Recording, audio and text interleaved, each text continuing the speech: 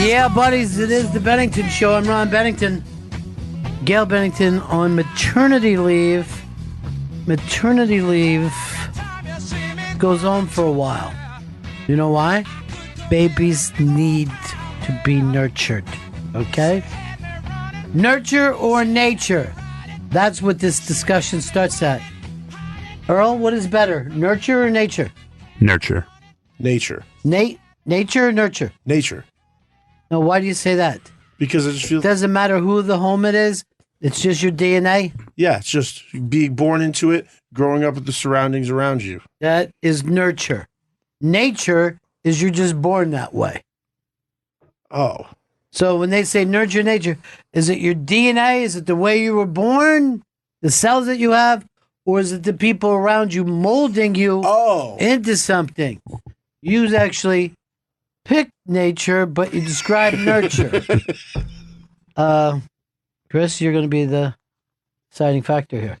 Ron, I was born this way, so I'm saying nature. Gay? We should not be laughing at gay jokes.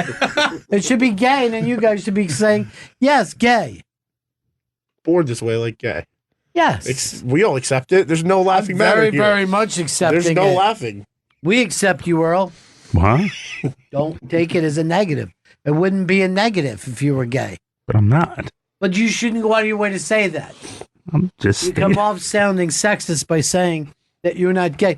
Chris, are you gay? Who knows? Yeah. You don't know. Yeah, I'm just me. I'm born this way, Ron. Can I tell you this? Yeah. Your hair looks like Jet Boy today, so you can go any direction you want. Your hair's sticking straight up. That's cool. That's a good look. Nature, see? Nurture. Oh, nurture. Your hair was cut that way. Beep, beep, beep, beep, beep, beep, beep, beep, beep, beep, beep, beep. All right, so much to get into today. For instance, coming up in a bit is Bert the Conqueror. Bert Kreischer is here today.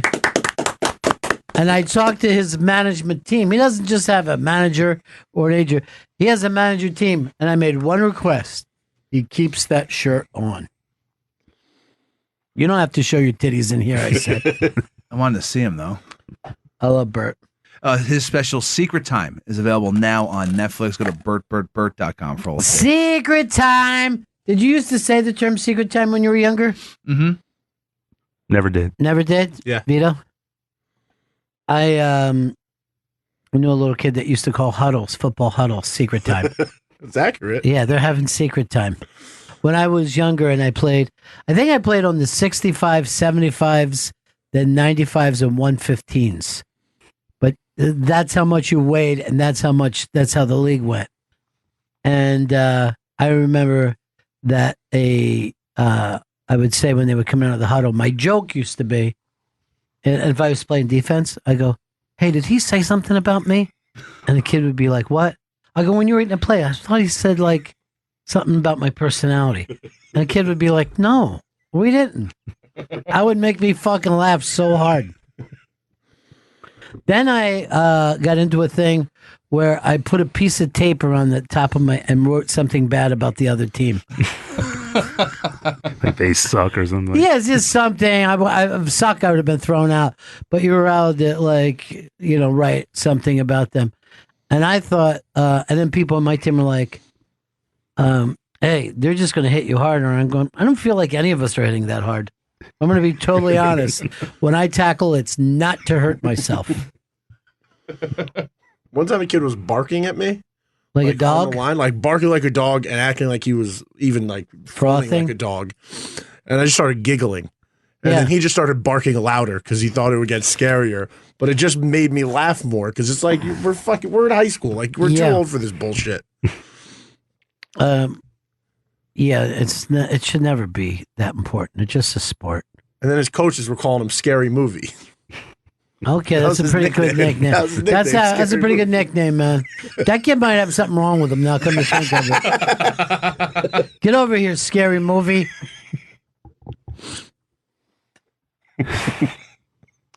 He should have just go like this. I've got a major illness. What? What kind of illness? Very contagious right now. I know you don't like to bring it up, Chris, because you hate when I leave town, but on my way home, I'm heading back to Newtown. Ron's performing Saturday, October 6th at 8 p.m. at the Newtown Theater in Newtown, Pennsylvania. Go to thenewtowntheater.com for tickets. When I booked this, I thought it was Jewtown. I was very excited to do this date, and then I figured out I need glasses, guys. I can't just go on squinting. You get laser surgery. If I get laser surgery, it's because I'm dead. I don't want anything cut on my eyeballs, Chris. That's what happens. I thought just like the laser regenerates. Your eyeball. Yes, that's what it is. It's a healing laser that gets shot into your eyes, and it warms up the cold part of your eyeball. Why don't you ask questions? Why are you thinking dumb things? I just assume when I see signs in the subway for like laser surgery. Coming up a little later on in the show, Howie Mandel, maybe our favorite guy in the whole world. That's 4 p.m. Now, this was our interview with Howie Mandel. On the East, Chris, not in the West. That's true. 4 p.m. East. This was recorded at the Just for Laughs Festival in Montreal. Just for laughs. Don't make me just for laughs, sir. So much fun up there this year. But I want you to bring a topic up as we're waiting for Bert the Conqueror, Bert Kreischer. All right. Well, this happened to me last night. I was walking into a bodega. All fucked up. I was actually sober. I was sober this time. Then it doesn't seem like such a good story. Hold on. Hold on. A Hispanic man is holding a door. Why does it matter what his race is?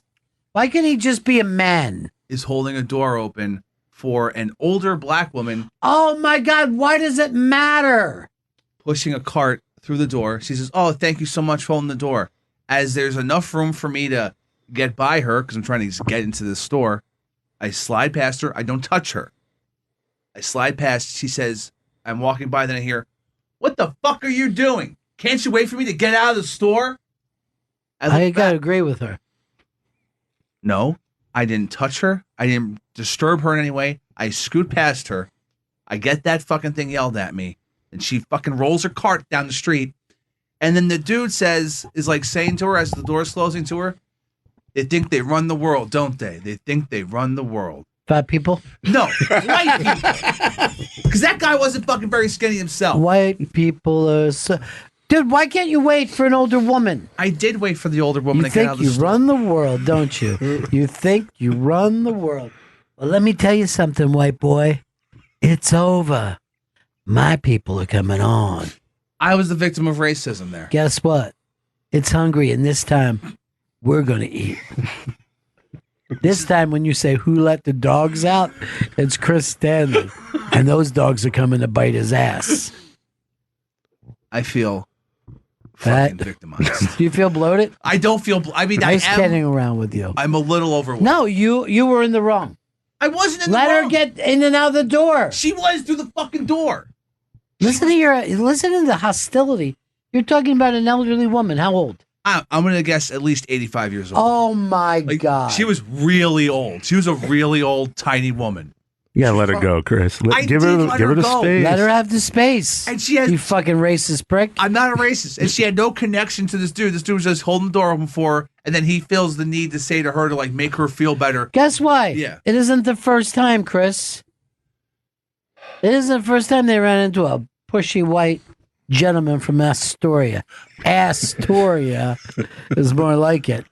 I just wanted to get into the store, make my purchase, and leave. I didn't bother. We all want to fucking not have any problems, Chris, but we live in a what? A society. Society. What's so funny? The fucking stupidity of you. It's not stupidity. I know the word stupidity. Society. Studio. I wouldn't be surprised if you weren't listening to Phil Collins on your white way into there. I am just a person. Why did you need to bring up everybody's race, including your own? Because it came into play later in this story. They does not necessarily mean. He meant white men think they run the world. Guess what, Chris? I'm a white man. I don't know if I consider you one. Well, that guy just You know why? me for a fucking white guy. I consider less than white skin. I want to go for taxa to bracket it. You should call in the InfoWars with this. This sounds Yeah. more like. Why don't you fucking head over to Brexit? You fucking. Well, and in this same neighborhood, it's the same neighborhood where I'm walking down the street and an older black woman says, No sense in bringing up race. as an older black woman is walking down the street past me, says under her breath, "That white motherfucker," and it's the same. I'm fucking being racially. That impression was offensive in itself. Here's what the offensive thing. Where was she coming in from? The 1970s? I don't know. Motherfucker. I never saw a turkey this close to Thanksgiving. Keep your eye on the sparrow. Who are you, fucking Huggy Bear going out for? What are you? How much toilet paper are you fucking buying that you're down there every single day? A lot, all right? I have stomach troubles. You just ought to start wiping that ass with a beach towel. Sound like you're just running through the streets of Astoria, just going on rampant racist tours. I'm not. I'm the one who's You the are a victim. fucking white supremacist, dude. Not a white supremacist. Were you going to buy your tiki torch? God damn it, no. More like a titty torch. I didn't torch. Let's not do any race-related stuff today, okay? I'm just Earl, can I count on you for that? Yes. Stop your nickname for me, Honky, because the way I speak through my nose really hurts my feelings. Yeah, I talk like a goose. So what, Earl? I'm a man just like you. We're both the same. 7th degree black belts. That's what we should be focusing on. Breaking boards and cinder blocks. Okay. Small cats. Oh. Not kittens. A small adult cat. Vito, what do you got for us, buddy? All right. I went to get breakfast today and went to a healthy place, so they didn't have any sour cream. I was really pissed about it because sour cream is my favorite condiment. So I got to thinking. Yes, it is as a condiment. It's more of a spread or a dip. All right, hold on for this. What makes something a condiment before we move on? Let's agree on condiments. Mayonnaise, mustard, ketchup, relish. I mean, if you think about relish, it's just a broken up pickle. That's not a condiment. It is a condiment. It is? All you got to do is go to Chicago, get a Chicago dog, slap that fucking shit on there. Hot sauce? Hot sauce is a condiment. So what? So your thing was cream cheese? Sour cream. Sour cream. Sour cream is a condiment because you put it on stuff, you dip stuff into it. Yeah, he's right. He's right. I would never have thought of that as a condiment. Why not? I don't know. It seems like it's too specialty. Here's your problem. Because it's a condiment that's used on a starch instead of a meat. You think of condiments being helpful to meat. Now, here's one for you. And lean in for this, guys. Would you consider butter to be a condiment? Yeah. It's the most useful of any condiment because you use it for cooking, but you also use it to spread on stuff. But that's the thing. Once it starts being used for cooking, I think that takes away. You know what? I think it might not be a condiment because it's not as versatile. It is as versatile as you want it to be. I wouldn't put it like. Would you put it in a taco? There's a lot of shit I wouldn't put. It's not how I judge them. Is the taco test now determining all foods? I don't put mayonnaise in a fucking taco. But I wouldn't be opposed to it. I don't. I would be opposed to it. I never thought about that till now, but I might put mayonnaise in a taco, like a nice beef taco. Go ahead and do it where a bunch of Mexicans can see it. You'll find out. Grande Gringo will be made fun of. Is cream cheese a condiment?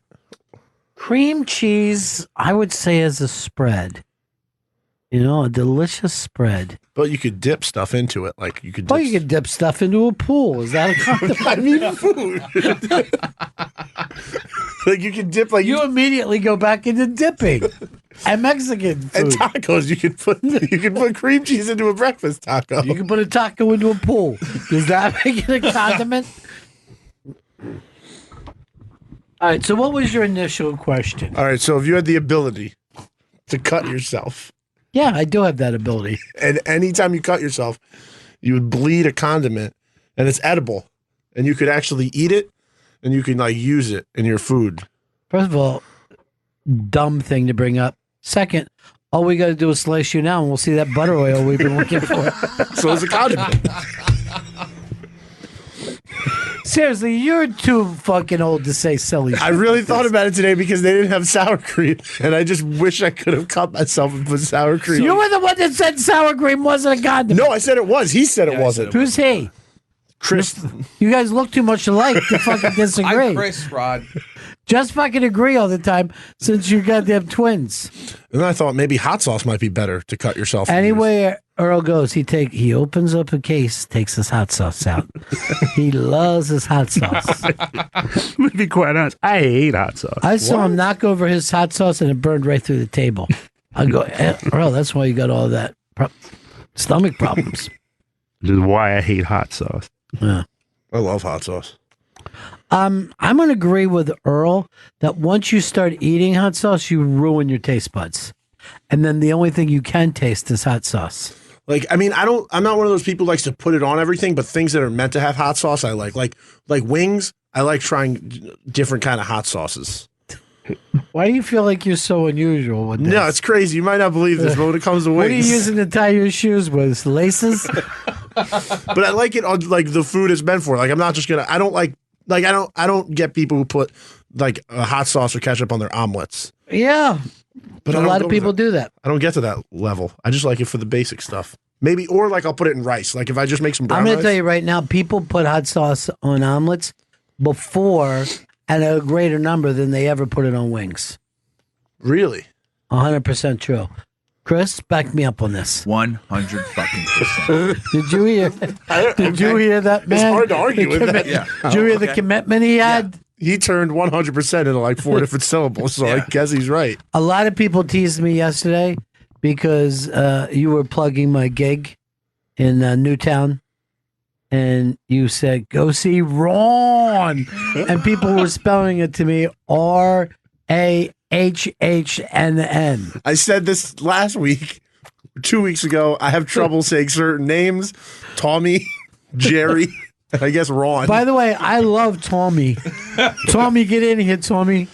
Everybody's worried about you, Tommy. How do you do with the name Earl? Earl? You know, Earl, what did they call you when you were a baby? That's not a baby's name. You know what I mean? Young Earl. Hey, that my Earl. Is that my little Earl? No, my father he still calls me Junior. Still. Like, we got the same name. What am I going to do? What do you call him? First? Your son's going to be the third, huh? Oh, God, no. I wouldn't do that. You're the end of the line? I'm going to be the end of the line, yeah. What a short line. Just two. It's express line. How come you weren't a junior? My dad's name was John. Yeah, but why weren't you a junior? Did you ever ask why wasn't it? They wanted to name me William after my dad's dad. My mom was like, "Fuck that." And so, that was my middle name, William. But why Christopher? Christopher. After the Columbus? I guess. We love Columbus Day so much. We're not taking off Columbus Day this year, right? It's not a company holiday. Oh, it isn't? It isn't, no. Didn't it used to be? It used to be. When I was in school, it was. I know when I worked at CBS, that was a big company holiday because I was down in Florida and we got a nationwide company holiday. But no one in Florida even pays the slightest fucking attention to Christopher Columbus Day for two reasons. Number one, there's still some Native Americans that are pissed. And two, there's no real Italians that live in Florida. They put, down there, the closer you come to being Italians, you put hot sauce on your omelet. Christopher, you smell like a brewery. Christopher, you're 3 sheets to the wind. Christopher, you're smelling my panties. Oh, no, Bob. I don't mind when you're wearing that you smell my panties. Just let me take them off first.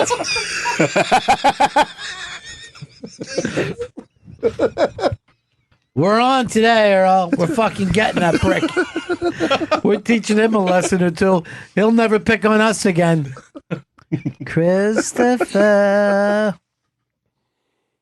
I just found out a few years ago that Junior wasn't a name. It was when you're named after your parents.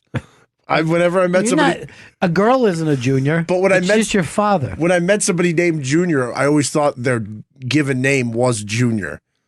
Yeah, you're stupid. No one would fucking think that. That's where JR comes from. I had no idea. I know a guy that was Bill the Third, and we referred to him, and we're very happy to say this, Bill the Turd. Very happy to catch him in that thing. The second that you, the kids figure out a way to fuck with you about your name. I remember this kid when I was in first grade. He was fucking bawling his eyes out because his name was Scott, and everyone called him Scott Toilet Paper. And those kids invented that. It wasn't even me. I just came in and started chanting it after it was going. But he was crying so fucking hard. And then later he was like, why do I have such an awful name? I'm like, it's the fucking name. Now, my cousin, his name is Flossie, and I would call her Flushy the Toilet. Drove her insane. Could not have a good fucking relaxed day for herself. I got video in summer camp one year. That's not bad. And that fucked with me. A burrito once. Yeah, burrito was fucking annoying. Boy. And Cheeto. Yeah. Those are the three I got. And Chris, you always got piss? No, Stankley instead of Stanley. Stankley. Kids are so fucking funny. Why is that supposed to bother you? You know your name. I got that stank on me though, Ron. Bullshit. Too bad you couldn't bleed a condiment all over them. That fucking fantasy videos way name went the way he wanted it to. Hey, here comes video, everybody. That guy's got a lot of videos. I hated it. Earl, we know what they called you, and that's just wrong. Hey, yeah. It's just wrong. Chris, I don't mean to push you, but could you please plug my Newtown gig? Ron's performing Saturday, October 6th at 8 p.m. at the Newtown Theater in Newtown, Pennsylvania. You go to thenewtowntheater.com for tickets. You make it sound like it's a dull thing rather than a great big, exciting comedy show. It's going to be fantastic. Wonderful. Wonderful. What a wonderful mustache, mother. Wonderful. We're at what do they call those shitty fucking places that you eat? Buffets? No, not that shitty. McDonald's? No, this is the one that pretends it's a fucking southern thing, but it's not. Country House. No, Waffle House. Cracker Barrel. Thank you. Vito's fucking producer of the day. God damn it. And there was a dude who come in, he's got a rolly fingers fucking wax mustache. And a man was sitting there with a fucking adult man. And he was like, oh, mother. He calls his wife mother. He was going like this. Look at that wonderful mustache. It's wonderful mustache. I'm sitting there with my chick and my children. I go like that. This guy is why I always will use the word pussy. No matter where I go in life, I'll never, because he was just trying to play up to an alpha male. He was a cuck. Who calls their wife mother? You know what I mean? Like, you want, it's nice if your chick calls you daddy, but you don't want her going, oh, fuck me, father. Father. But no. Mother, that's a wonderful mustache. Can I get my picture taken next to it? You fuck. This happened like 7 years ago. I'm not even making it up. Every fucking day I'm disgusted by that guy.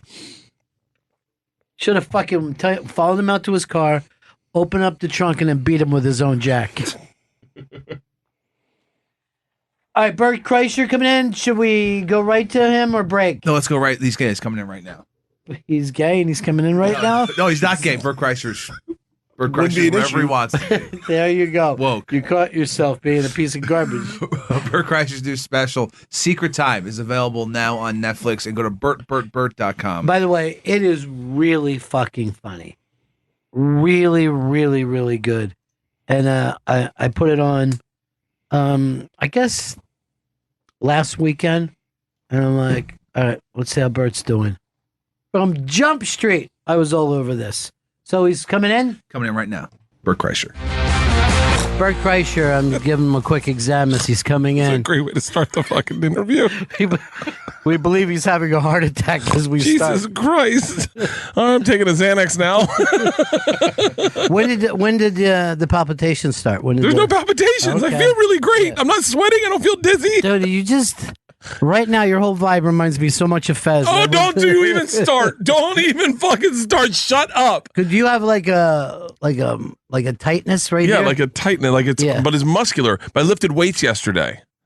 I could have brought it on. Well, I ran really hard yesterday, too. I ran 2.5 miles. Dude, you got to stop in that. 20 minutes. You got to rest that fucking heart. You got a heart of a fucking 94-year-old man. I'll tell you, my heart rate right now is 99. That's not great. Oh, my God. You feel sick when you're having a heart attack, right? Yeah. You notice it. It's not. You don't just feel good, dude. I'm not even kidding. Fez's first heart attack, he walked around for a week. We're like, oh, it's fucking killing me. Are you serious? Yeah, for a fucking week. And I remember, like, me and him were walking to this gig or something. I was like, come on, dude, keep the fuck up. We got to be there, you know? And here, the poor fucker had a heart attack. I'm like, let's go, dude. I just ran a triathlon. I should be fine. I don't know, man, because remember Jim Kick, the runner? Yeah? Yeah. He died of a heart attack? Yeah, he died of a heart attack like a fucking idiot. He was jogging, and then when he stopped for a red light, I guess his fucking heart just kept right on going. Boom, exploded. And he had written the book on like no one even thought of jogging before this guy wrote a fucking book about it. No one ever thought of jogging. Like the only time back then anybody would run is like if they saw a cop, and then people were like, "Yeah, still in pretty good shape. I got away from him." I find that hilarious. My dad was so into running, but my dad would buy books about running and read books on running. Yeah, and I was like, I think you just do it. I don't know what you're going to learn out of that. It's just one foot in front of the other, right? Have you been going right, left? Because that's what it is. He's dragging the left. He's dragging the left. It was. Oh, you're doing the hunchback run where you drag the right. I thought I was getting a hunchback from sleeping on the left side. Yeah. And I was like, is that how you get hunchbacks? My wife's like, no, you're fucking born with a hunchback. You don't develop one. I don't from know. I sleeping see a lot of old people. I don't think they've carried a hunchback their whole life. You ever see the old people who are just staring at the ground? Their body goes like this. And they just look straight down. And I'm always looking at those people like, you got to move out of New York, man. This is the wrong city. You got to be able to move around in this town. Yeah, you can't be an old person in New York. If you had to be an old person in one place, where would you want to be? Right where you grew up, man, right in Florida. You know, be around all the other old fucking people. And everyone's smoking weed and just fucking relaxing. And big wide lanes so you can just drive. Do you see that video of that woman driving down the interstate the wrong way? Yeah. And first of all, there's so many things that had to align right for that video to go well. Number one, the person that pulled her over to get her out of her car was a person of color. Okay, this is an old white woman. Thank God she didn't drop some racial slur thinking she was getting carjacked. Or a cop just pulls up and just starts fucking plugging them right off the bat. I'm a fucking hero. Siéntate, Jose. One of my favorite lines in a movie is trains, planes, and automobiles. When they're going the wrong way in the interstate, someone goes, "You're going the wrong way," and he goes, "How does he know where we're going?" Yeah. Oh, he's drunk. He doesn't even know where we're going. Hey, have another one. And then Steve Martin's like, "Yeah, how does he know where we're going?" That and from Dumb and Dumber. Pull over. No, it's a cardigan, but thanks for noticing. Come on. That's fucking dumb and well, that was Jim Carrey's 1994. Mm-hmm. He has his first big 3 movies. Yeah. He does Pet Detective, Mask, Dumb and Dumber, all come out in the same fucking year. Yeah. He's the biggest star in the world overnight. Now, he's doing a new thing, right? Yeah, he's doing this thing. He can't get out of the Andy mode, right? This fucking character, it's on, it's like, he's just Andy again. Yeah, I don't, not to be disrespectful. He's a comic genius. He's one of the greats of our times, but I am not interested in that role play character the movie he did where he just couldn't stop being Andy, and I mean the movie was good, but then the documentary, I don't like guys. I don't even like guys who like when they tell you a story, they're like, "Here, you be the other guy. Give me your hands." Yeah, I'm like, don't even do that to me. Like, I'm not a. I know. I watched that documentary and I'm like, I'd have probably fucking taken a fucking swing at this fucker. I don't know how more people didn't. Yeah, I'm not. I don't. We gotta go stomp his ass right now. We should. By the way, Chris, you ever notice how you like try to jump in my stories and play the other guy, and I'm fucking calling you out on it? Yeah. This is the fucking comedic genius. He's got a big special. Yeah. And he says it shouldn't be done. At Bert Kreischer's new special, Secret Time. It's available now on Netflix. So good, man. You go to So fucking funny. I always say this to every younger comic. I say, watch Bert. He's fucking working it for an hour. You come out swinging and stay swinging. Thank you, Ronnie. That is the best compliment I could get. I literally was like, I watched a bunch of specials leading up to my special going like, what are some traps that like I think people fall into? And one of my favorite specials ever is Jim Jeffries, and he just comes out swinging. His first thing he says, I told him this. I said, man, I'll give compliments where compliments are due. I was like, I saw your special, and it blew me away, and it's the way I wrote, because he walks out, and he just goes, Bill Cosby, and you're like, oh, and we're off. Yeah, like, right. And I was like, bro, and it's so much better than all those other comics. Sometimes you see comics, they get caught in their ego, and they go like, it's so great to be here. Can you believe this? 1,200 people. Well, sold out 3 shows. And you're like, don't do any of that. Just tell me a joke. My new fucking thing is, why are you leaning against the wall, motherfucker? What the fuck are you leaning for? Get moving. Yeah. You're at work. You're at work. I don't want to go in and buy pants and see someone leaning against a wall. Oh, I wish I could release the special, the first show of those. We shot 2. Yeah. I wish I could release the first one. Now that people like the second one, release the first one and go, that's what we almost had.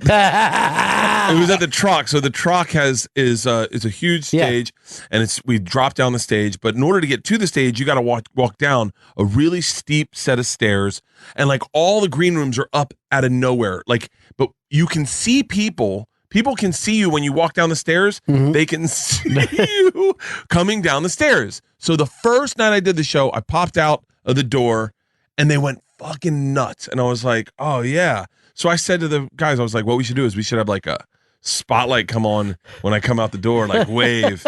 And then, I'll walk to stage. What I hadn't anticipated is that they wouldn't clap for the whole time it took me to get to the stage. So by the time I get to the stage, it's silent, and I'm like out of breath, and I'm like trying to hustle the stage. I was like, all right, we got to rethink that. And I pop out of the door like a fucking 80s sitcom character. Here's Alf. And I'm like, hey.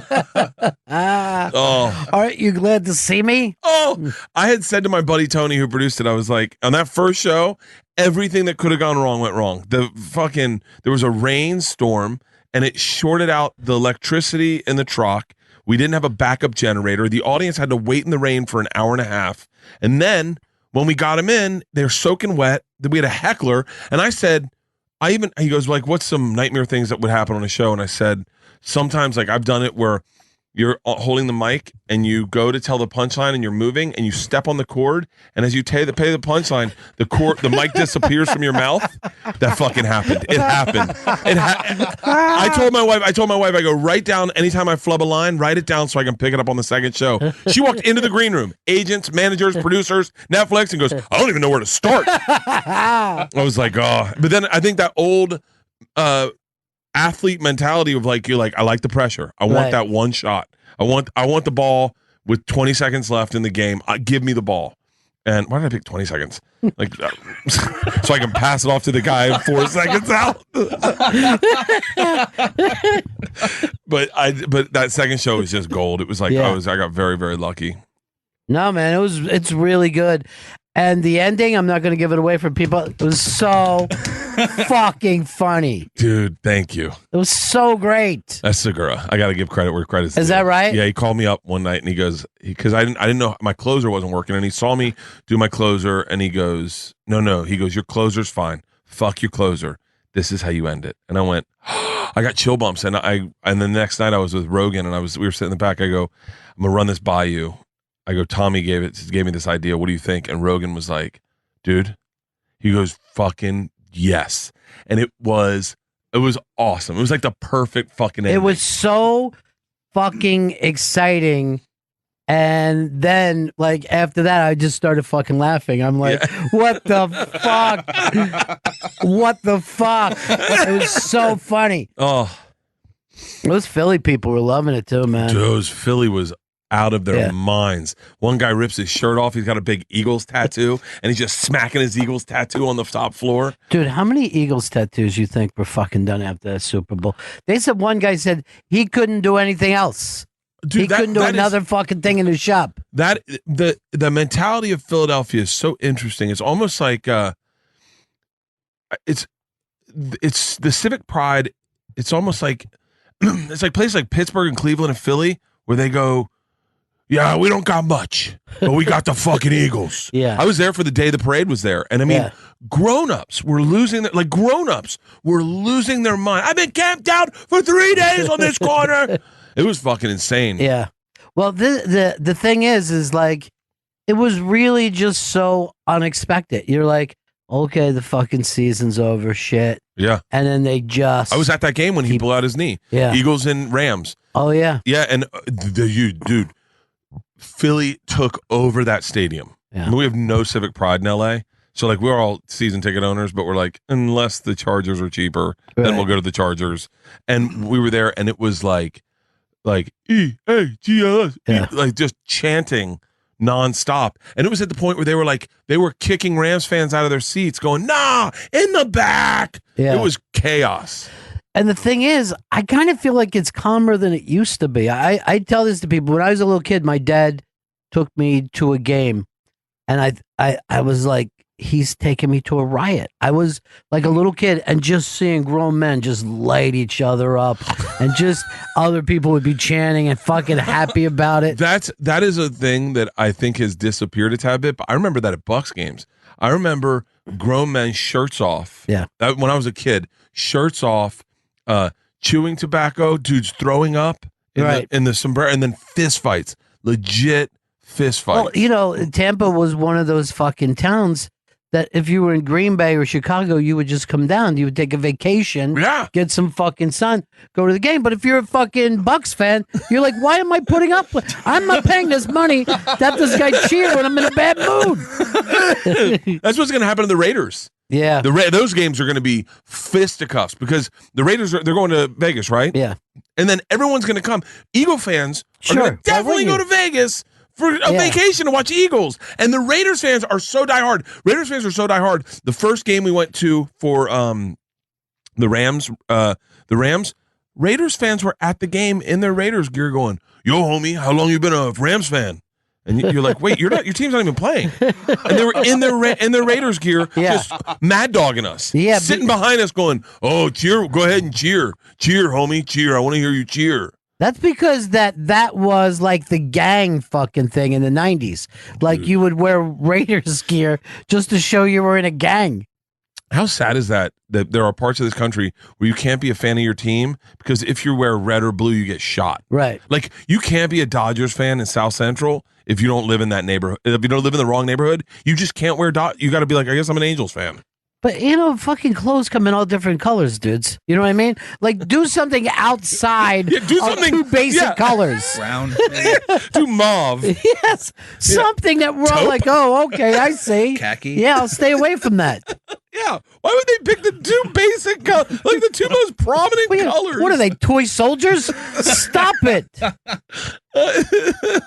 Is that Rose? Nice blazer. I heard one time. I heard one of the Tyrese or someone saying like, now I get to wear red. Like, and I was like, that's gotta suck. Yeah. And I was like, well, I grew up white. I just could wear whatever I wanted. Yes. I mean, it depends what kind of formal we're having at the country club that night. Yeah. The only people we hit are our girlfriends. Dude, white people. Can I tell you what I got into a deep dive search on the other day? Because I brought it up and no one believed me. And I say this because you know this intimately.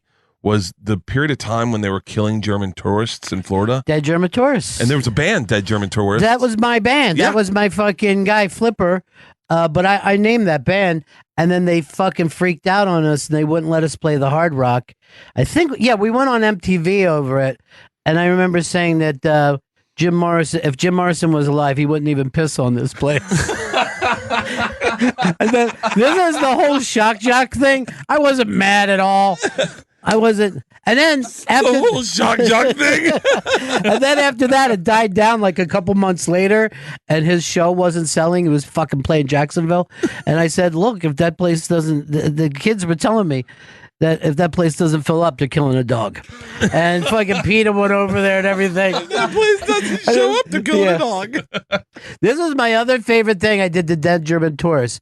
We get this call, can they open for Bad Company? And I said to Flipper, I go, you can if when you open, you only play Bad Company songs. Baby, I want to think about you. I think about love. I personally found that to be the most punk rock fucking thing you could possibly do. Oh, how great. I just listened to a Bad Company song the other day that I was like, I'd never listened to I'd listened to, Shooting Star and Feel Like Making Love. But there was a new one I just heard that I was like, oh, this song's fucking awesome. What was it?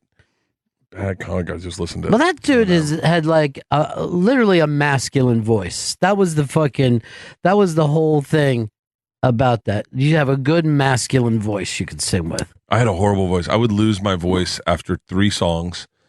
And I always tried to sing way too higher than I could. I thought it was like Perry Farrell.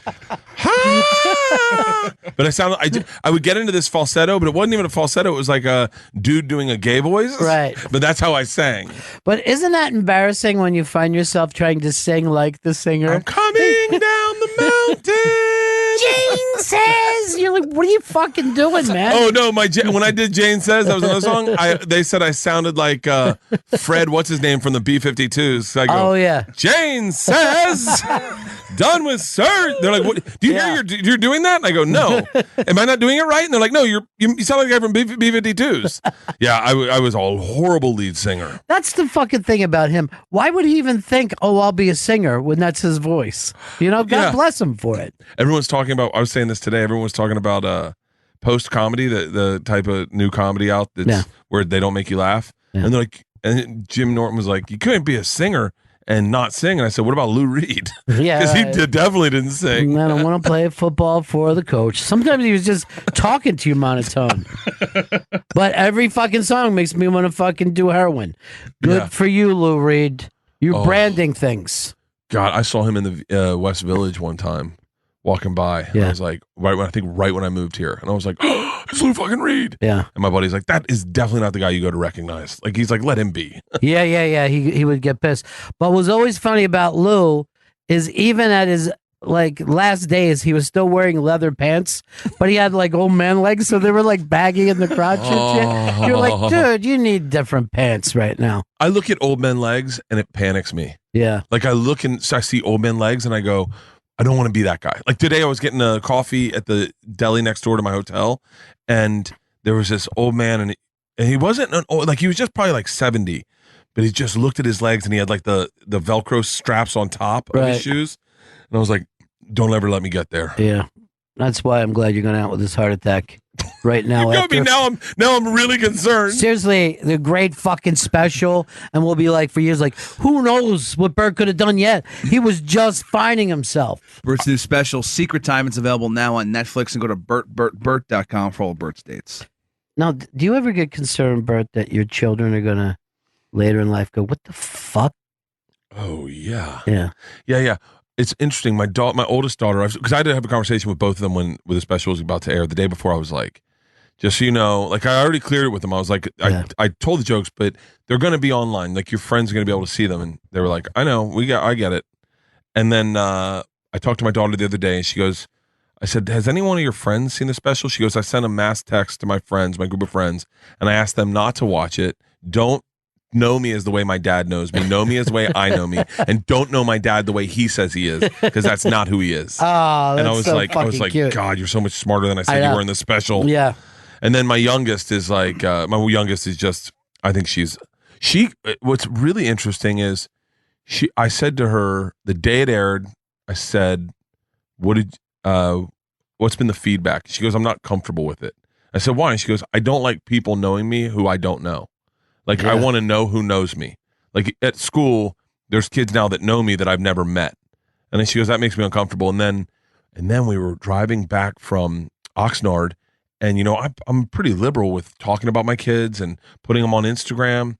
And I walk into a store, and a guy's like, he's like 22 years old, 23 years old, talking to Georgia and her friend. And I walk in with Isla, and he's talking to them, and Georgia sees me, and he turns around, and he goes, oh, shit, your dad's here? And she's like, huh? And he goes, The Machine. I'm a huge fan. And he's like, Isla. And everyone was like, Georgia was like, oh, my God, you were talking to me because you knew I was Bert's daughter?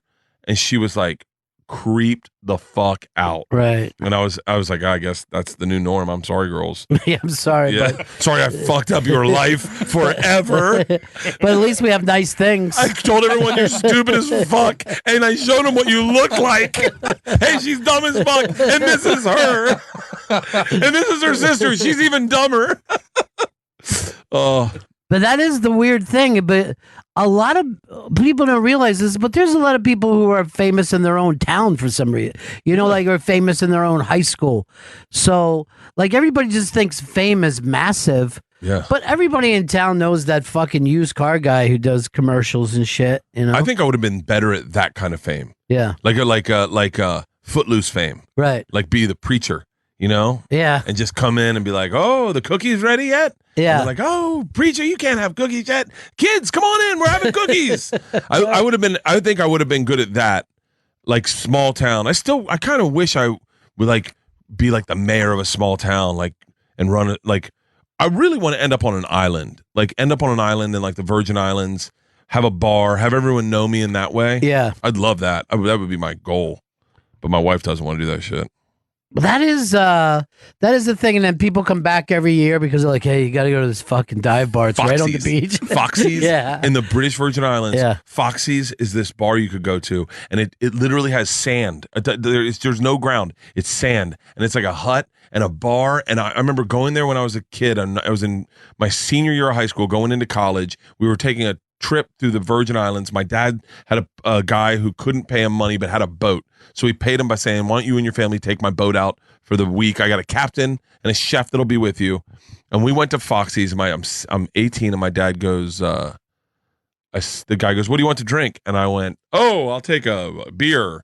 And the guy goes, what kind? And I went, oh, I can't drink. And he goes, you can drink here. And I went, oh. And my dad goes, that's the law. You can drink. And I went, oh. And I got fucking lit at Foxy's. Yeah. They had the passport place was right next door. And so they were dealing with our passports. And I binge drank at that, like to just get enough of a buzz to get back on the boat. Oh, I want to own Foxy's. You know, there is that thing, because 21, you've already been drinking too long. But when 18 used to be the drinking age. Yeah. And back then, you also didn't have a picture on your fucking license. So everybody had somebody's older brother's license. And we used to, PA, it always stayed 21, but you could go to Jersey right across. And fucking I'm like, adulthood is where it's at. All I want to do is sit here, slam fucking drinks, talk to chick. And that's why I don't understand like these cosplayers. Like I'm still, in my heart, I'm 12. Like, fuck that. When I was 12, I was 18. I wanted to be a grown up. So bad. I was so ready for it. I got a fake ID. Mark Smalls was his name. But here's the problem. Yeah. Mark Smalls is a very real person. And he was also the Golden Gloves champion of Florida, like as a junior, like a young kid. So anytime any of the bouncers saw me as Smalls, they're like, oh shit, Mark Smalls, man. Oh man, my buddy boxed against you. And I'd be like, and he was also like, yeah, I had to play the part of Mark Smalls. Right. Mark Smalls is a very great guy, but he wasn't the brightest guy in the world. Like one time we were taking a piss in a urinal. He was my big brother in the fraternity also. We're taking a piss in the urinal and we're so drunk. He hands me a condom and he goes, piece of gum? And I went, no. And then he opened it and put it in his mouth and was like, oh, that's not gum. So I had to be Mark Smalls. Every time people saw me, I'd be like, ah. So they go, small bus. And I'm like, what's up?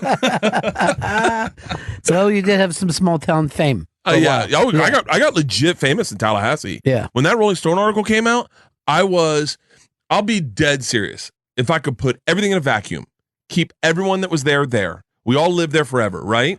Everyone's got to stay there. You can't go off in different places. Oh, I would have frozen that right there, stayed that famous, and just been like, I'm the party animal, shirts off on the bar, body shots. Yeah.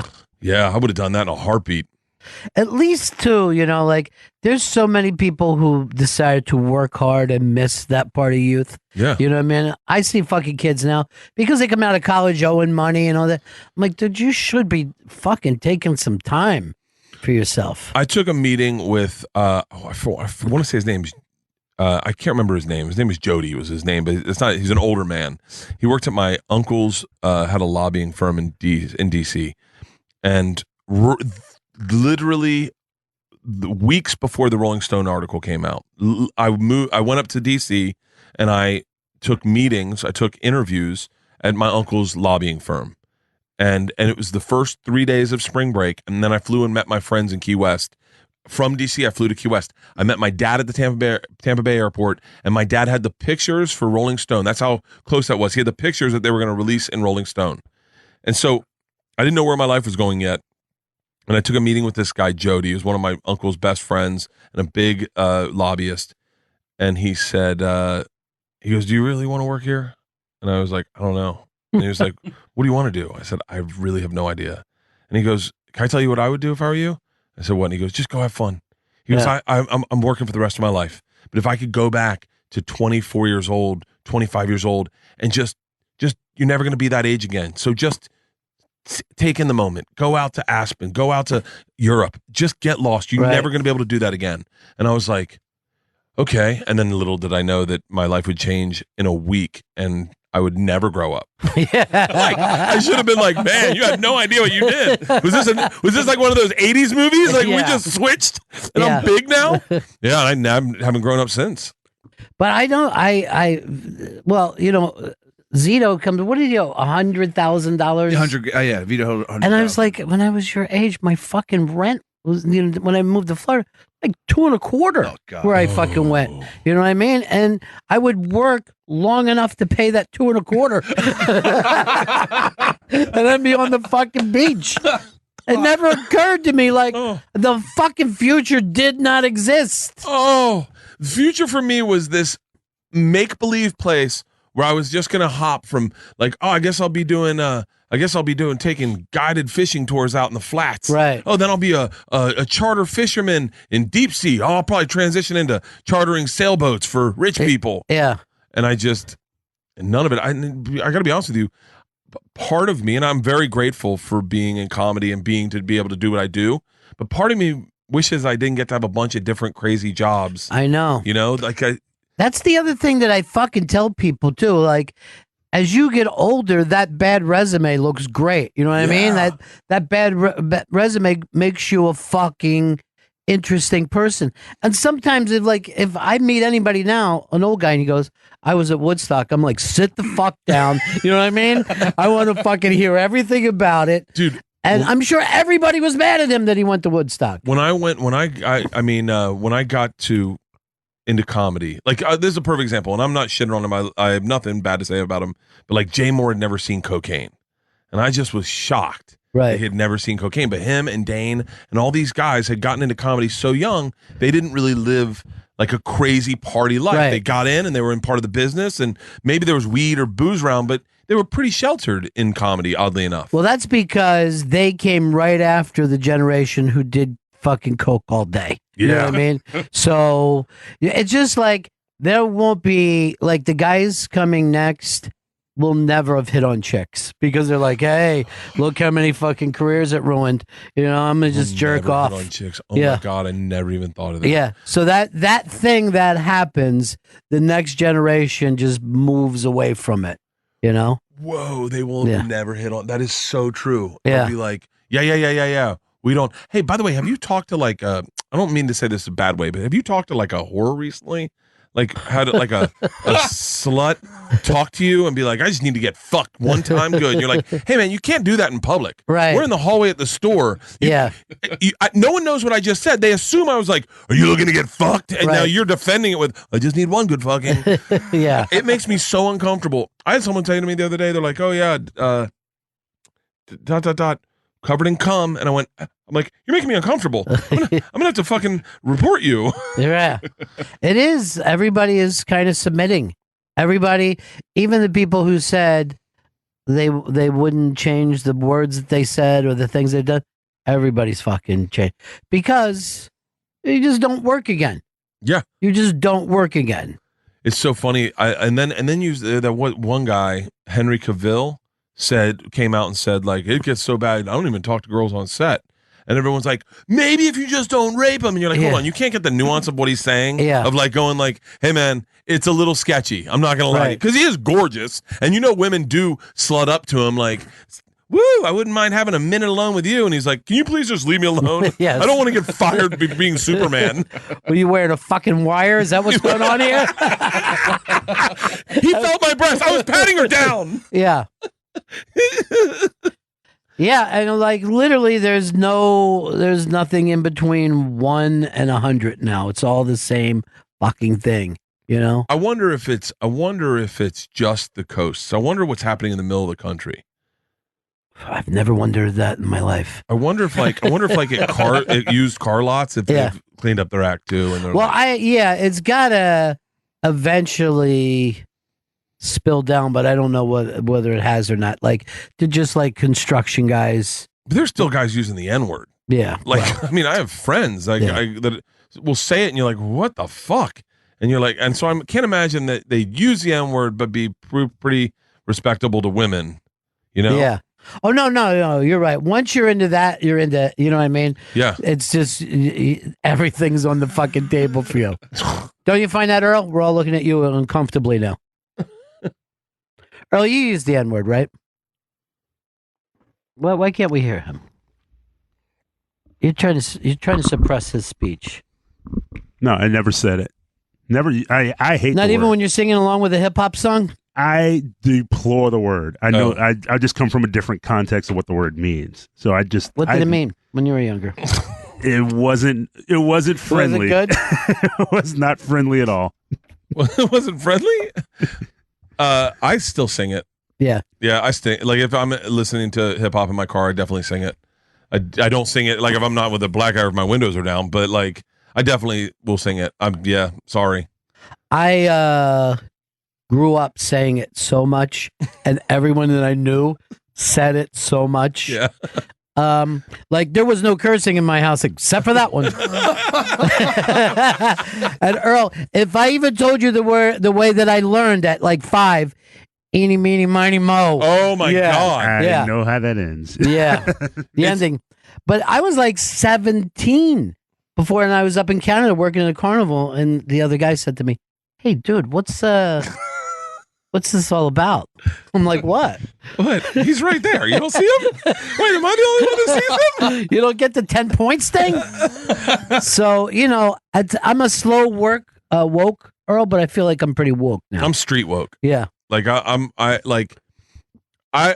don't say the word only because if you get used to saying it, it just rolls out of your mouth. Yeah. But I'm also not a child. If I'm talking to people and the word is imperative to be used in context, then I'll say it. But it's like I don't make a habit of it. My daughter said midget one time as a punchline to me in a car. They're like, told me a joke and the punchline ... midget, and they're dying laughing. I go to them, girls, you can't use that word. And they're like, what do you mean? And I go, it's offensive. And they're like, how so? I said, well, if you're a little person and you heard you say that and then laugh, then you're laughing at who they are. Like, it's just, don't do it. And they're like, yeah, but they aren't in the car, Dad. And I'm like, yeah, you'd think that's how it would work, but it's not how it works, girls.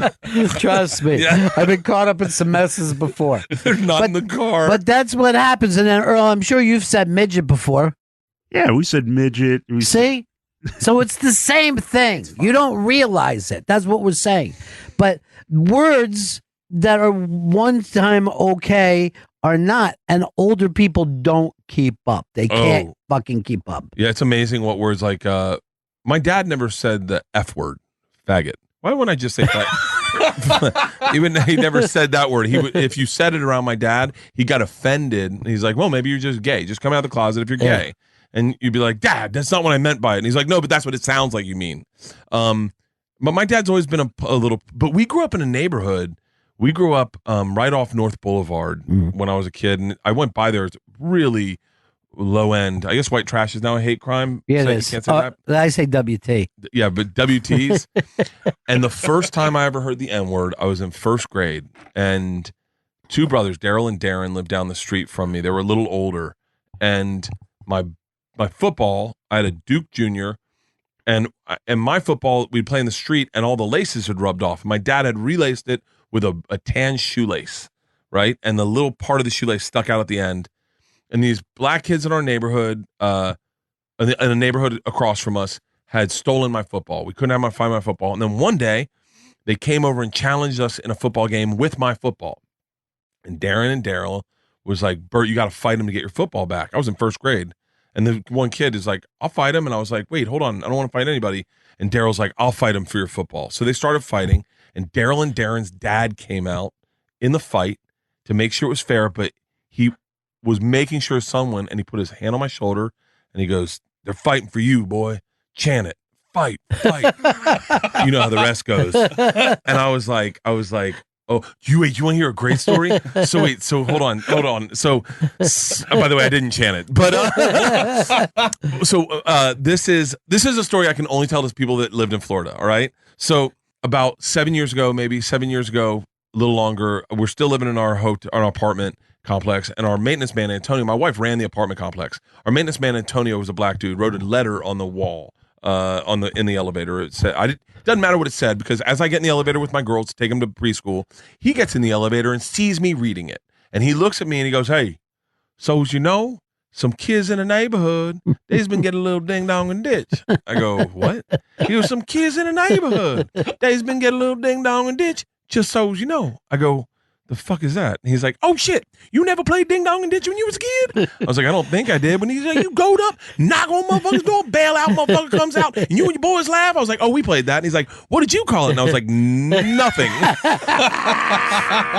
Nothing. My daughters are like, "What did you call it, Dad? What did you call it?" I'm like, "Shut the fuck up, bitch. That's what I called it." And then the best part is we get down to the bottom. My daughters walk out of the thing. He goes, "Fuck you, I know what you called it." I go, "Really?" And he goes, "Yeah." He goes, "I talked to your wife and she said the same shit." And I said, "Really?" And he goes, "Yeah." I go, "You never heard that before?" And he goes, "Why the fuck is we gonna call it that?" And then I said, "Well, wait, what did you call it when your car broke down and you fixed it with a coat hanger and a piece of tape?" He goes, "I called it fixing the motherfucker." I was like, "All right, that makes sense." Bert Kreischer's new special, Secret Time, That was it. is available now timing. on Netflix. Go to BertBert.com for all of Bert's dates. Bert Kreischer, congratulations, my friend. Thank you, Ronnie. I It's appreciate really it. fucking funny. I appreciate it, man. And Thank you so much. you should be very proud of yourself. I think it's way above what your first one was. I really do. Oh, thank you so much. I'm super happy. I'm super proud, and like the compliments I've gotten from the people I respect, like you, Bobby Kelly, Segura. I mean, Segura was the first one to see it, and he was like, "Bro, this is you. This is so you. You really did a great job." And so that means. And I will tell you the truth, and I'm being honest about this, I'm getting a little tired of seeing people's specials. You know what I mean? So for this, I didn't even turn it on in the best intentions. You know what I mean? I turned it on like, well, I'm going to, Bert's my buddy. I'm going to do this. I owe him. I'm getting a little tired of watching people's specials. All right. See you. So you're back for New York Comedy Festival, Yeah, I'm right? back for New York Comedy Festival. See you then. All right. Thank you, Ronnie. Bennington Show's back, and Ron is performing Saturday, October 6th at 8 p.m. at the Newtown Theater in Newtown, Pennsylvania. Go to the newtowntheater.com for tickets. Fact and Talk 103, The Bennington Show.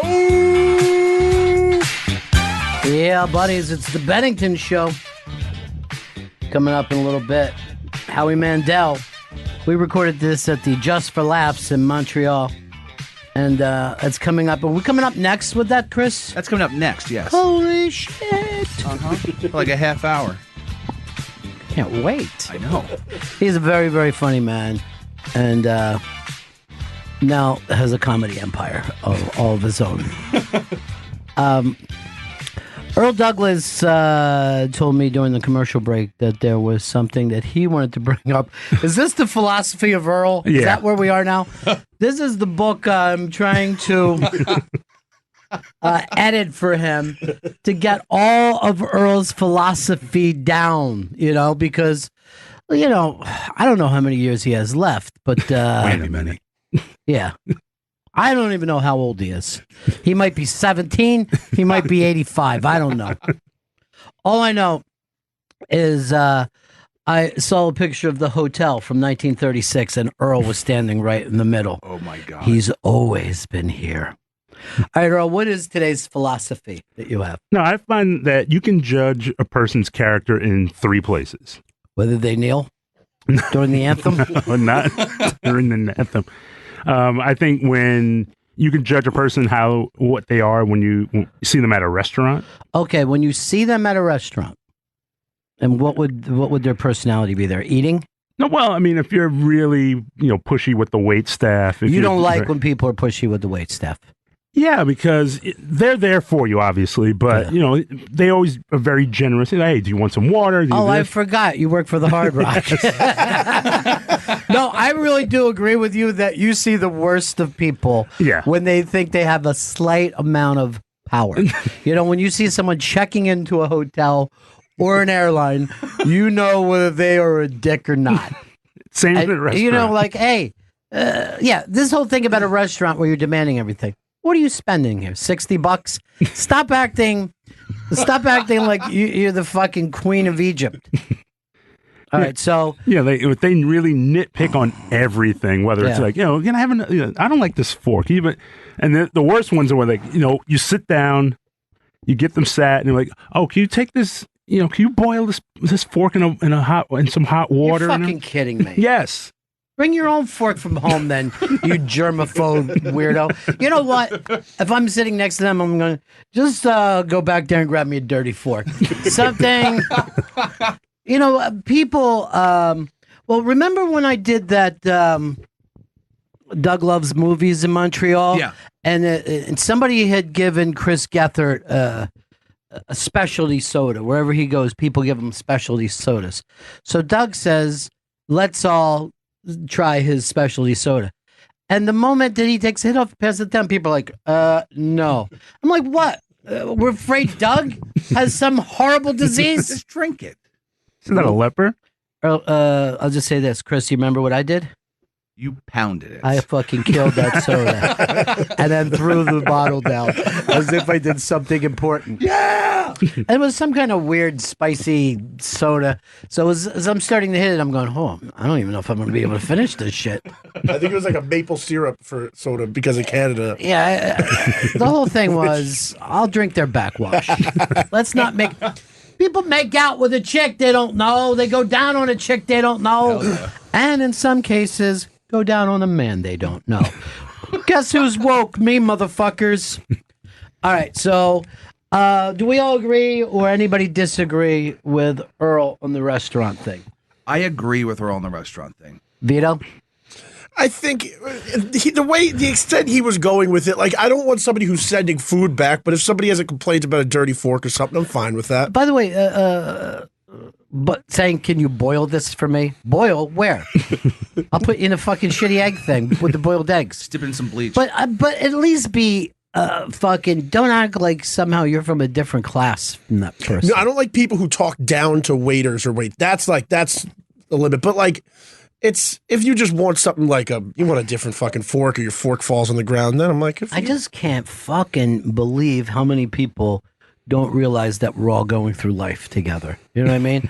Like, if I'm in a fucking line at a market or something, I don't need to hear how fucking ridiculous it is. I'm in my own head trying to listen to some fucking music. There's always lines. There's always fucking traffic. Stop acting like this is a shock to you. And you need to now start to annoy other people with it. Or that the airline thing is fucked. We all know it. But everyone secretly doesn't want to blow up either. So, yeah, I'm going to agree with that. And I brought this up earlier this week with that Trader Joe's Cosby guy. Yeah. People treat service people like shit. And the chances are very strong that you are serving someone in your own life. You know what I mean? You have clients and all that, and they treat you like fucking garbage. Look, here's who to treat like shit. Your friends. You have a right with your friends and coworkers to be a dick. But to strangers, a guy working at a 7-Eleven, just trying to earn a living. And most of the time, guess what? It's not the waitress's fault that they don't have fish. She's just fucking taking food back and forth. You can't fucking start and bitch to her that they're out of fucking cod. It happens. All right. So far, the philosophy of Earl, dead on. I'm going to go this far. Better than the Bible. For advice. There's not a lot of good advice in the Bible. There's some great advice in the Bible. But what part? Love that neighbor. Ew. That's wrong. I've done it, and it's led to nothing but trouble. All right, number 2, the philosophy of Earth. How people act in the laundromat when you're doing laundry. What? They are in a hurry. They don't care about anybody else's laundry. No, well, here's where I'm going with this. Yeah. Like, you walk in, I always have one load. I have one bag of laundry. And it's all black. All black, yes. He doesn't ever have to worry about mixing his colors with whites. He doesn't do it. He's old school that way. So there's 2 machines. Mm-hmm. Another person walks in. They have a large load, but they decide that they want to put part of it in one machine and part of it in another, where you could have just put everything in one machine and screw me and making me wait for another half an hour for it. Earl, if I'm there, I'm taking your wet clothes out and I'm putting them out somewhere. All right, you need a service. You know what I mean? You work 2 jobs. You should have a service. I like doing laundry. I love doing laundry. I love doing laundry. I haven't done my own laundry in probably 7 years. It's fucking doing laundry sucks. We know, Wrinkles. This is your problem for being single. Okay. You ought to have a nice Costa Rican girl who goes down to the East River and beats them on rocks. Is that how they do laundry there? It seems like that's how they do laundry in Mexico. I'll tell you that much. By the way, the amount of people listening right now who have never had to go to a laundromat in their life, because everyone who has a house has machines, Earl. Yes, so your philosophy is lost on 95% of the country. And you're spending too much time at the laundromat. That much time to actually observe others. Because all you got to do is go there once, dude. I went to a laundromat years ago and I fucking hated it. It was like fucking 29 years ago. And I'm like, fuck this. Just buy new clothes instead. I just go through and act like it's a fucking sale and just go through other people's stuff. A lot of fucking chicks in New York hanging out laundromats, though. You know what I mean? Like a lot of hot fucking chicks. Their fucking panties are fucking drying around in front of you. That's what you should be working on in your philosophy. All right, I'm going to give you an A for the first one and a D for the second, because really... Oh, I give him F for fail. This makes no sense. F is for fail. No, it just Why shows, do you think you just invented that? No, it just shows how selfish the person is, in my opinion. You're right. The whole fucking thing is people, and maybe it's this, the American thing of the individual, but we are in a deep society, and the way that people scream at people's grandmothers in cars and shit, you know what I mean? It's fucking sinful. Screaming at old people for the way they're driving. They're old. They drive like shit. You got a grandmother. Don't act like you don't. Like, go ahead, Earl. And my third one is, like you mentioned it, how they act when they wait online, where they just go nightmarish. They're complaining every time. Oh, this line's not moving. It's like, you're on a line. It's not surprising. There's a reason why. Well, let's just face it. That's Jewish women. A Jewish woman said to me before, "Do you believe this?" And I go, "That I'm in a line at a fucking market." Yeah, I do believe it. You know why? Because I've never went to a market in my life and just gone walking up and walking out with this stuff. They're trying to do away with cashiers' jobs because people freak out like that. The shocking part is when there is no line, and you wonder what's wrong. Yeah, 9/11. 9/11 was the day to run out and start shopping. How do you feel about line cutters, Earl? Is that bad? No, I hate people who shop online. Like where what? When they go. Amazon? Oh no! Okay. No, I thought you meant online. No, not shop. That came out wrong. Where they're on the line and they leave the line to grab something else, and then they can you hold my spot? Earl. Sometimes people forget. I know something. And no, but they'll do that. What if it's Pampers? They got to get them. No, they're like, hold my spot. Meanwhile, the line's moving. I blow right by. Smart, Earl. You're a fucking individual. Yeah, hey, fuck everybody else. Here comes Earl Daddy. This just Well, drives me Earl, crazy. I don't see us being able to sell this book of philosophy of yours. It sounds kind of crazy, Earl. It sounds. It's not even so much crazy, but most of us agree with everything that he's saying, and we learn. You know, if I'm going to buy a book, I want to learn something new, not just have every belief I have reaffirmed. Vito, you said you had something that you've been holding in, and you said, first of all, I always like it when somebody in the staff goes, I got something really embarrassing, but I want to tell you on the air. I want to humiliate myself on the air. All right, I'm going to, let's all guess what his confession is. I'm going to say right off the bat, because it's most of the time, shit himself. I'm going to guess he couldn't achieve an erection. Masturbating. Not even with a woman. There would be no reason to bring that up.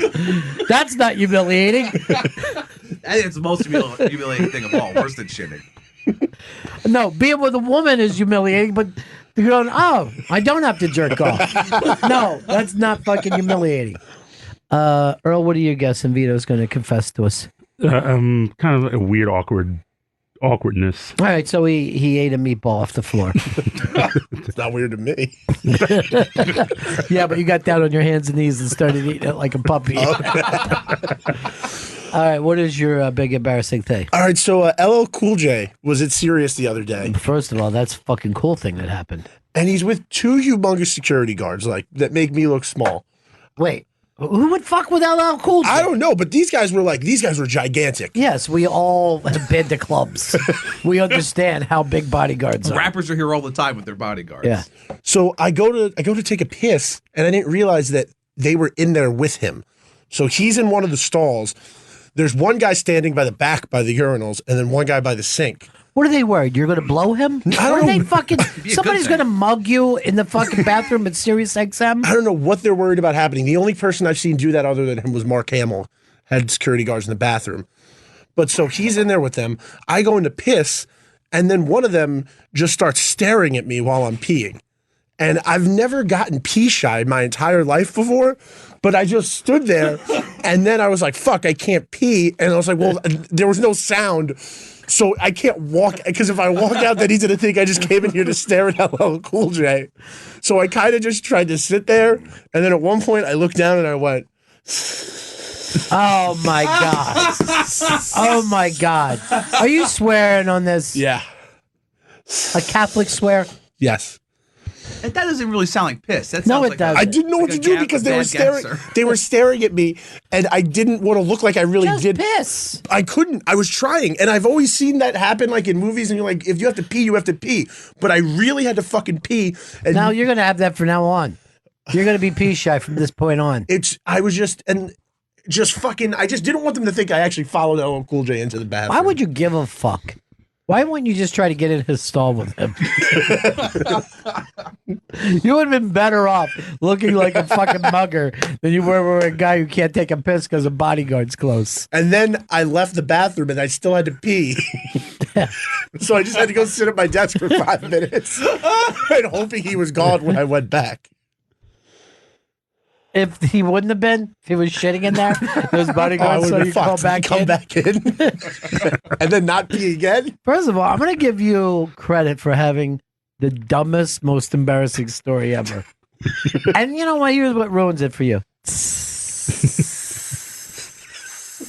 Who the fuck are you, Peter Sellers? Who does shit like that? I just wanted to get out of there. Can you even make the sound of pissing? Like, that's the sound I would make. What is wrong with you with your putter piss? It's better than. No, there's something wrong with your fucking urethra if that's the way you piss. It's a start and stop type of thing. That's not good, dude. That's not fucking good. That means there's some kind of blockage. Oh, God. How did you not figure that out? This guy's kind of push harder, you know?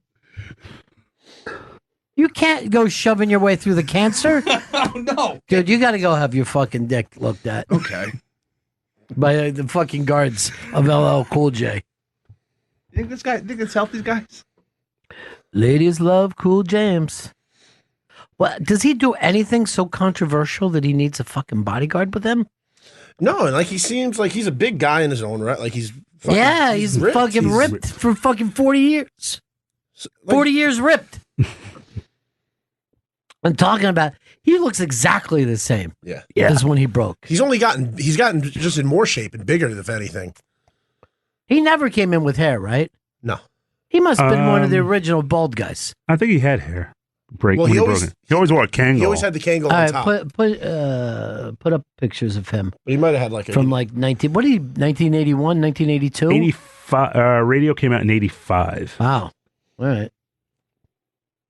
Like he had hits when Reagan was president. Yeah, no kidding, man. He did have a hat on all the time. Yeah, you're right. He always did. I always assumed that he was bald, but maybe he wasn't. Probably had like a 4, 3 or 4. But LL Cool J, no hat, and he just comes up with hat pictures. Yeah, I know. You're not going to find a fucking picture of him with no hat. That's latter day LL. That's a fucking 12-pack he's rocking there. He's got muscles there shouldn't even be muscles at. I think he's juicing. Aren't we past the juicing stage in our life? What is this, fucking 99? Shouldn't we just accept it now that it's just a way to live? Put in LL Cool J and Aaron Berg and see what pictures show up. He's the Canadian Jewish LL Cool J. Always with a hat. Yeah, you're right, man. I forgot. I always thought of him as bald. No, I always remember he had sideburns for a couple of albums too. Yeah, that would be weird to have sideburns and be fucking bald. It's kind of cool. No, I don't think anybody would say that. But you could have the beard, but you just can't have sideburns for no fucking apparent reason. Yeah, he wears a hat so little that seeing pictures of him with his head is making me uncomfortable. All right, I found a younger picture of him with a crown on. And it looks like he's bald, though. Yeah, bald, yeah. Man, you can't pull off a crown no matter who you are. That's just a fucking stupid thing. That's just a stupid thing to put on your head. Well, I'm going to fucking give you an F for fail, Vito, because you had every right to go in and piss on the floor. Right outside his stall. Now, did it look like LL was sitting or standing? Because a lot of celebrities go into a stall to piss. I think he was standing, but he was in there for a while. So, but I didn't look at his feet. Maybe he pissed like... Something fucking terribly wrong with you. No matter what it is in your body, it's not working. You don't digest fucking food properly. Nightshade's done. She's done. Nightshades. You can't have what? Potatoes? I guess potatoes. I know that was a nightshade. I just thought it was tomato sauce. What? What's so funny? What would be tomatoes? Not just the sauce. You haven't had a slice lately? No, I haven't. You're lactose intolerant. Yeah, there's definitely mayonnaise doesn't sit well with me. Sometimes when I eat too much mayonnaise, I break out in hives. And he has mercury poisoning. Oh yeah, he's murked up, and he also has, I'd say, to a quart of fucking scuzz in his throat and lungs at all time. And the technical term would be scuzz too. Yeah. It's not even phlegm. That's what my doctor said. There's some scuzz in this X-ray. Really, scuzz, huh? Does that mean something? Like SUZZ? No. If he did the fucking twist, it would just sound like two fucking half jugs of water going back and forth the whole time. You're way too young to feel this fucking bad. I know. I got a couple of surgeries under my belt. I can't digest food. I'm 35. This shouldn't be going so badly for me.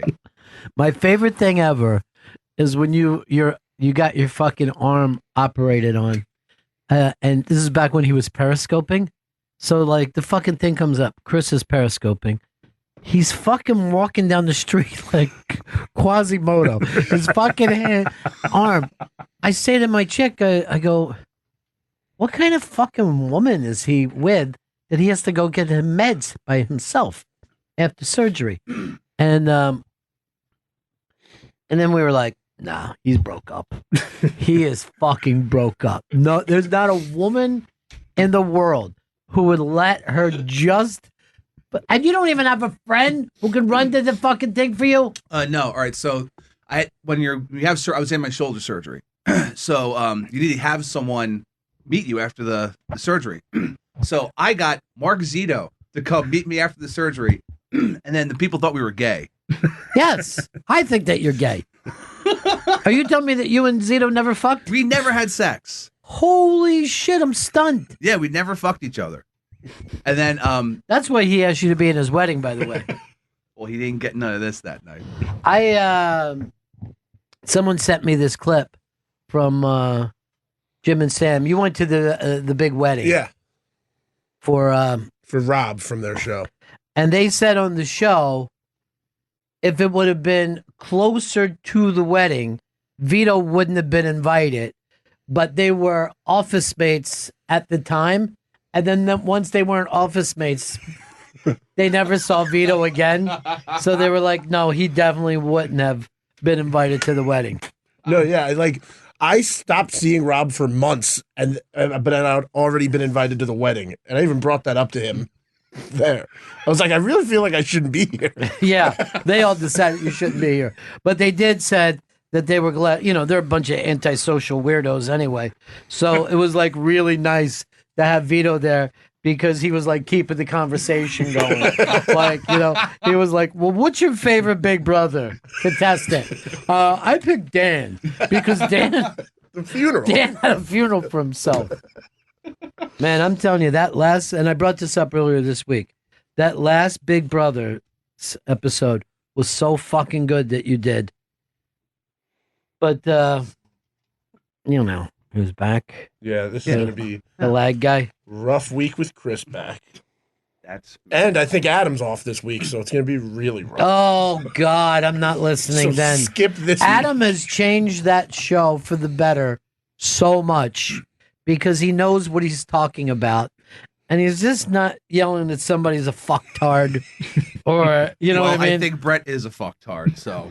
Brett's pretty fucking cool, dude. He's the last thing Brett is cool. Come on, man. Dude, he would be the guy we'd be hanging out with out of that whole fucking When he put house. up anal lice instead of alliance. That was fucking hilarious. And smiled at the camera. You know you love that, Chris. Chris. Yes. When you're on that show. Yeah. And this is the Big Brother show that comes out. Is it every Saturday or? Comes out Fridays and Saturdays. Okay. It depends on how early we record on the iBand.com. And I will just warn people, you better be a hardcore Big Brother's watcher to even be able to follow this show. But we give you some recaps. We tell you what's going on in the feeds. I've never missed a season, and half the time I'm like, you guys are over my head. Oh, past.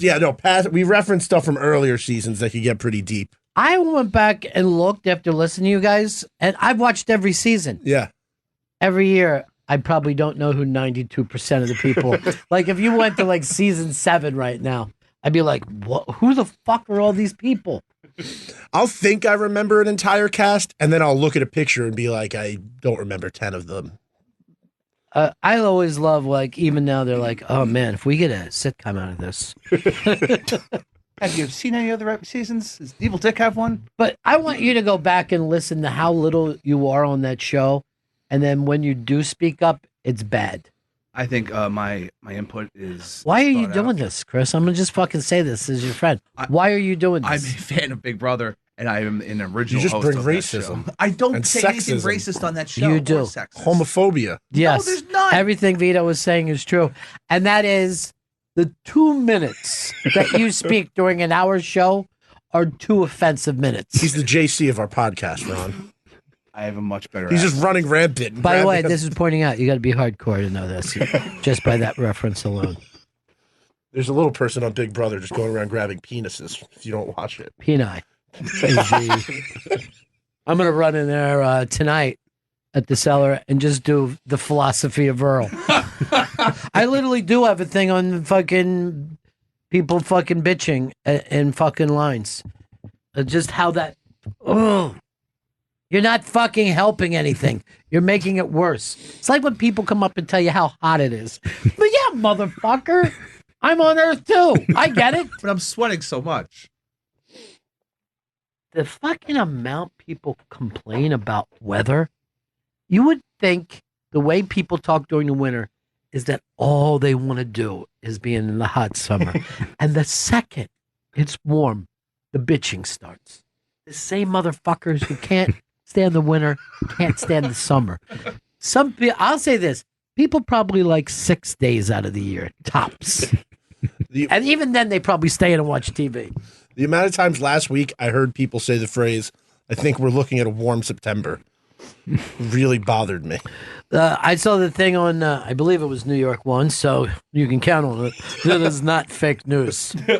But they said, the Farmer's Almanac said it's going to be a bone-chilling fucking winter. Just fucking... Remember there was like a winter like 4 or 5 years ago that people just felt like they were dying? Oh, yeah. We got one of them coming. I'll just say this real quick because I know we got to go to Howie Mandel. There was a thing on New York One about taking the subway to the beach in Far Rockaway. And you just see these people on the train with their kids and they got buckets and shit. And then this Dominican lady goes like this. It's a long family tradition for us to go to 116 Beach. And now my kids are doing it. They're going to 116. And I'm like, a beach should not be numbered. I get that it's at the end of 116th Street, but when you get there, it should be Sunset Beach or fucking something nice. It's like our schools. I went to PS 166. PS 166, we love you. What kind of fucking anthem would that be? I'd take a knee right then. I'd fucking lace up my Nikes and take a fucking knee during that song. That's bad. All right, let's break here. We come back. This is from Montreal. Earl, you've never been away when we go to these festivals and shit. Most fun ever. Earl, I can't trust Chris, so I need you to be a liaison. We got to pick the Thanksgiving night at your Hard Rock Cafe. All right. Now, here's what I want you to do. You're going to be on stage with us and then seat Pitbull. That's going to be the two things I need you to do that night. Best of both worlds. Yeah, it is the best of both. You love both your jobs, don't you? I love them madly. That's fucking sweet. That's a nice way to go through life. And you know, this is a guy that was on the Cosby Show for years, but he is very happy to be the vibe manager with his fucking little iPad changing everything around. Although I couldn't get a song I wanted to hear. Come on. I go something to some of those older folks can dance to, Earl. Moon River would be nice. We break. We're back with Howie Mandel. He's got his new big show coming out because he works like Earl constantly. Deal or no deal coming back. Deal or no deal. Deal or no deal coming back to CSNBC. Oh my God. Oh my God, Chris. This is why we don't want you fucking up Big Brothers. It's MSNBC and CNBC. CNBC. Oh my God. Deal or no deal coming back in December. Guess what? Yeah. I'm replacing you on Big Brothers this week. No. Please. Wouldn't that be a great one? Can I just have that for myself, Chris? Can I do a Big Brothers? Yes, you can. I want you to have everything you want. He like Earl serves two masters. I serve but one master.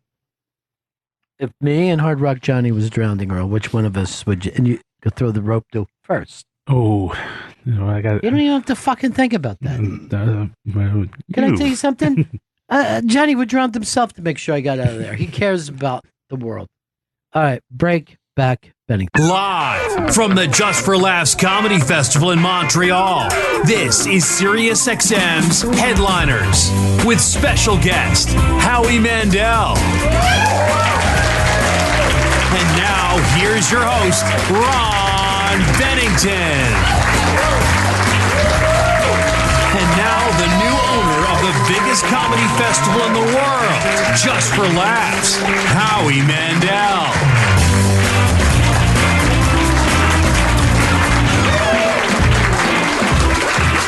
Howie Mandel, everybody, come on. I put something in my mouth, 30 seconds. I put something in my mouth, and then he came out and went, now. What? You want it closer to me chewing? They're adjusting the microphone because I said I'm chewing on something. Can we just take the first couple minutes? Just take all the time you need to chew. And it's really important to get 100 chews, I think, into whatever you have. Is that what they say? I think they do, but I don't know. Even with oatmeal? Even with soup. You really just need to just roll it around. Roll it around 100 times and then swallow. Well, this is your first year as being an owner here at Just for Laughs, right? Of Just for Laughs. I've owned other things before. I've been around for a long time, but Just for Laughs, this is my first time as an owner of a festival. I never dreamed in my, and I said that last night at my gala, but the truth is that, you own things, but not festivals. Right. Like a festival owner. You own an experience here. Yeah. And it's probably one of the most pivotal experiences in my life and my cohorts, other people in comedy. This is a really important place. Right. I would imagine everybody that listens to your show understands the importance. But that, the importance of Just for Laughs. But that's the thing, the world does not know what this is. Right. And even people who I say, oh, you got to go to Just for Laughs. When I talk to them later, the interesting thing is it isn't just the shows and the galas and all that, but it's the streets. It's the fact that you bump into all these amazing comedians. You could go into a diner and there's 25 named comedians eating in there. And people don't know how enjoyable it is to watch named comedians eat. But you don't get. You see them hone their acts. Right. You see them, but to watch a comedian chew and swallow, we had that just experience. People today. don't realize. Yeah. Because and comedians, when we sit in a deli, we go, "What do we close with? The coleslaw." I want to open with a. Go ahead. But you don't get that, like if you go to a rock festival or something, you don't get to really interact with the performers the way you do. You know what? It's not only an experience, but it's a geography. Like you say, it's everywhere you go. There are very few festivals, and I go to very few festivals, but the streets and the town and the city just becomes saturated. Without going to a show, you have a sense that you are in the Just for Laughs festival. If you don't buy a ticket, but you just come to Montreal at this time, you will have the experience of your life. And you will see people that you have no idea. You will have an interaction with people that maybe a year from now, maybe months from now, maybe a decade from now will be a household name. Mm-hmm. And you don't even know that. And I find that the most exciting part of this event is what comes out of it. Not, you talk about seeing celebrities and seeing named comedians. I'm fascinated by the people that you don't know that you will know. Right. And that's why I think New Faces is so important to even the other comedians. Established comedians will say, hey, who took over at New Faces? Who rocked that night? Right, and there's buzz, and you see things that you have never seen before, done in a way you've never seen before. It doesn't just have to be stand-up. People come up with ideas here, and they stand them up, and maybe they're not even here, but I was just talking to Doug Benson backstage, and I wasn't aware, and this sounds like a neat thing. He's got that podcast that I'm not aware of, but that I wasn't aware of, where he does, what's it called again? Doug Benson's? Benson Interruption. It's the Benson, The Benson Interruption, where people come up, and I'm just saying this because I'm looking at him. I'd like to be on it if you ever have. But the thing is where comics, but it's just a new way of doing things where comics can come up and tell a story, not necessarily from their act, and then he stands there with his friend and they interrupt, and it's everything that comics said from the back of the rooms. The fact that he brings the back of a room of a comedy club to the airwaves is kind of new and fresh. And when I hear stories like that and I meet people like this and we talk about that, that's exactly why I'm here. Yeah, well, you've got to do the show sometimes because it's like a nightmare. It's literally, like, okay, I was promoting it, and now you're shooting it down. Go ahead. No, the thing is, I think that's what makes it so fun for the audience. We have a bunch of those things going on all the time here, but you put comedians on their heels. You know what I mean? The person who's used to running the room. Not on their toes? No, not on their toes. You get them backing up, and it's really, really interesting. I love that. I love that. And my brand, what I respond to is I respond to awkwardness. I respond to reality. So as uncomfortable as I could be, as uncomfortable as anybody else is in a room, it's just my joy. It's my juice. It's what I live on. Right. And you've never stopped doing a ton of sets. No matter where you are in your career, you're out on the road. I'm always on the road. I do hundreds of live stand-up dates a year, regardless of what I'm doing. But even beyond the ones that I'm hired for, if I could walk into a room that has 3 people at 1 o'clock in the morning after a show and spend some time doing that, I mean, it's my only real comfortable happy place is just being on the stage. Yeah. Well, I don't know if you've seen the new Robin Williams documentary about that, but he was the same way. He was going all the time. Not all comedians are like that. It's more about my mental health than it is about my career. The truth of the matter is that, if I have a moment to myself, I'm really not good with myself, and I have a lot of voices, and I have a lot of turmoil, and in the moment when I'm on stage or doing something and have to, that's the only thing that keeps me in the now, in the now. And the more trouble I'm in, and the more awkward and the more uncomfortable it is, the more focused you have to be, and the more now. The more somebody can push you back on your heels, I have to fight to get back on my feet. Right. And if I could do that, then I'm not thinking about all the shit that's going on in my head.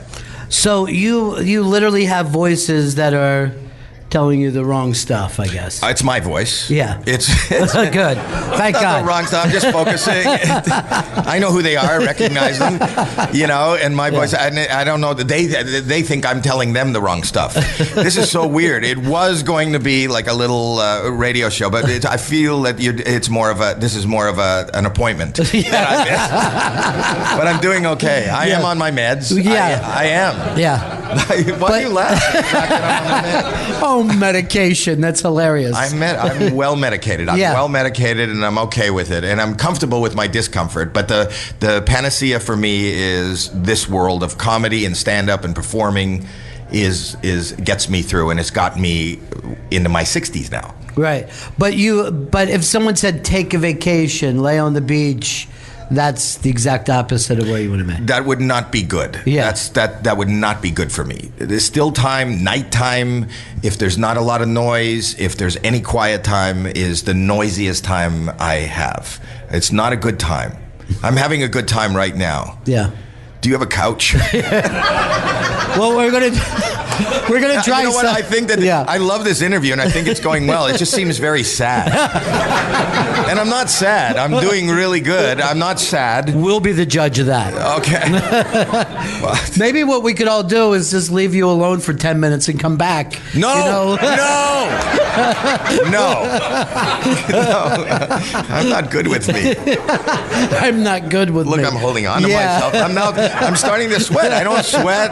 I really am. My palms are sweating. This is not a good. But I listen. I love you. I love the show. Ask another question now. But well, let's get back to this, because the fact that you do have this festival now, it's a responsibility to comedy. You know what I mean? It is. It's a responsibility. This is going to sound silly, but it's a responsibility not only to comedy but to my country too. You see, we'll talk about. I had it was rough for me mentally growing up until I found stand-up comedy, and I found stand-up comedy at a club in Toronto called Yuck Yucks. And I thought, oh my God, the moment I hit that stage, that was the first time in my life, in that time, where I felt comfortable. And I said, this is it. No aspiration to become well-known, no aspiration to make money doing it. I just found a place, where I could go, and that was my comfort zone. Just like if anybody's doing shit they don't want to do all week, but once a week they get to go to the Y with their friends and shoot some hoops, or they go on a Saturday night and they play cards, then this was my thing. I found a thing. And I started doing it, and opportunities presented themselves, and I always, if that door opens, I will walk through. And the opportunities presented themselves down in LA. And I've always resented the fact that I had to go away from home. Right. Away from home to even just pay the rent and do something that I loved most. That's always been in the back of my mind. And that's far before 36 years ago when this started. When this started, this has become the Mecca. This has become the place where anybody that you know in comedy, anybody from anywhere that you know in comedy, if they didn't get launched out of here, then they have come here and become a big part of it. And it always bothered me that people didn't know, outside of comedy, outside of people who listen to this show, don't know what that is. You know what Coachella is. Right. Even if you've never been to Coachella, you go, okay, that's the concert in the desert, and I love it. They don't know what this is. So when the opportunity arose for people to buy this, I for the last couple of years, I kind of and behind the scenes, I love investing, I love business, I love doing that when I'm not doing comedy. I was chasing this, and I wanted to be part of it. And my goal was to say, this is a brand. This is when I grew up, what National Lampoon was to comedy. National Lampoon was a great comedy magazine, but it also became the banner for great comedy movies. It became the banner for anything comedy. Records. For records. And you also knew that, when talk shows started and they would say to staff, we got a bunch of Lampoon writers. All of a sudden that gave it a little bit of gravitas. The point is, JFL doesn't have that, and that's my goal. My goal is, people say, do you want to change it? What do you want to do? I don't want to change it. I want this to be exactly what it is. I just want to be like a brand ambassador and scream it. I wanted to live more digitally. We knew that, like on Coachella, that Beyonce had one of the biggest streaming YouTube concerts in the history of YouTube live from there. It's amazing that there's not a big digital footprint from JFL. With all the people that are here, with all the things that are going on, I know people like you and many other people come here and you do your show, but it's living in your space. Right. I want that stuff to live in our space also and just be worldwide. I know what British comedy is. I know what Australian comedy is. I know that they're from there. You don't know what Canada is. People don't know that Lorne Michaels, SNL would not be around if Lorne Michaels did not start in Canada, if he wasn't on the show. So much of what people watch all over the world came out of Canada. So I'm the new brand ambassador for Just for Laughs. Yeah, there is no doubt that Canadian comedy has shaped American comedy for years and years and years, as well as, it's people in England are very big fans as well. So you had like SCTV and, Paul Schaefer came out of there. Kids in the Hall. And this is stuff that is just Jim Carrey. It's just across the board accepted and loved. But like you said, it's not completely branded because they move to but New even York if they move, Just for Laughs, this, you talk on your show, and I've heard you last year, and I heard you this year talk about what this is, what this experience is. The world, and you're talking ultimately to comedy fans, right? But people who weren't specifically comedy fans knew what Lampoon was, right? Everybody knew. Even if you weren't subscribing to that magazine, you knew that was, Lampoon was the funny magazine. Even if you don't watch SNL, that's a New York institution for sketch comedy. Even if you don't go home Saturday night and you watch it. If you walk up to somebody in the streets of Oklahoma and you say, what's Just for Laughs in Montreal? I doubt anybody would know what that is. They don't even know what that title is. They don't know what that is. And I think that, and now, this is 36 years old, now with the technology, with social media, with the advent of, we're living in a whole new world, we can expand that. And this doesn't just live here. Montreal is the mecca for it. We have a satellite festival in Toronto, Vancouver, in Australia. And that's going to just grow from there. So you feel like you could take this even to other cities, whether it's in Europe or the States? Right, but this is the mother lode right This here. is always going to be the central. Always. Yeah. I also love the fact that if you look at comedy, and particularly this festival, the diversity has pretty much always been here. You know what I mean? There's French comedians, there's Netflix is doing something with comedians from all over the world. I think they're doing something like 10 or 11 specials, not one of them in English. Yeah. And not in French. So yes, comedy this has always been a very diverse. I saw there was this great, I'm trying to think of the name, a Spanish quick change artist that was here. This is the mecca for comedy. Comedy isn't just stand-up comedy, and it's not just English stand-up comedy, and that's kind of exciting. I defy anybody to walk into some of these rooms where it isn't a well-known American comedian or Canadian comedian. It's kind of fun to watch. You just know that you could tell that somebody on stage has engaged an audience. You could tell that audience it's kind of just as much fun to watch somebody doing something that you don't quite understand, but and the audience laughter is universal. It's just the most amazing thing I've ever seen and been part of. And also because we're getting people that I don't remember doing stand-up before. Like there's an incredible amount of South Asians now that are going out and doing stand-up in a way that I don't think we saw in the past. And they're getting a mass appeal audience now. So, where have you seen an incredible amount of South Asians? You said that like, oh yes, the South Asians are really taking over the market. Some of them. What country? Where is our big? India. Okay. I don't know. Like geography is not my forte. Yeah. But that's suddenly, if you're looking at that stand-up, it's kind of where African American stand-up was at the time of Richard Pryor, where it's really breaking out. And people are relating it to it. But you know what? The truth of the matter is, I don't know that I think it has always existed. I think in all these countries there has been comedy. Right. There's a cultural divide where, first of all, we didn't have the opportunity or a place to deliver it. Right. I would imagine India and Africa and Asia and Taiwan, they had stand-up comics. But how were we ever going to see it? Number one. Number two, if we did see it, how would we even discern that? Like, how would we even understand that it even existed? There was no social media. What this does, what JFL does, and the bigger we get and the longer it just gives you, it is that tentacle that allows people to attach onto us, come here, and that's hence the Netflix thing where they can come here and through JFL create a special with a Polish comic that doesn't speak a word of English. Well, Russell Peters. I remember how many Polish comics do you think it takes to do that special?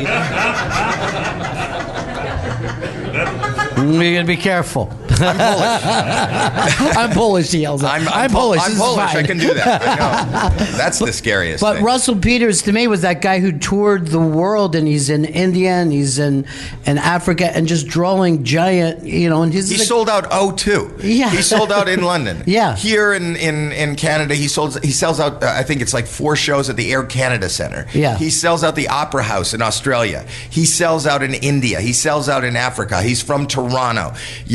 It's amazing. It's just, we are now, but because of technology more than anything, we now have Russell Peters' story is that, here the local Canadian networks were giving local comedians, he was a local comedian, they were giving local comedians half-hour specials.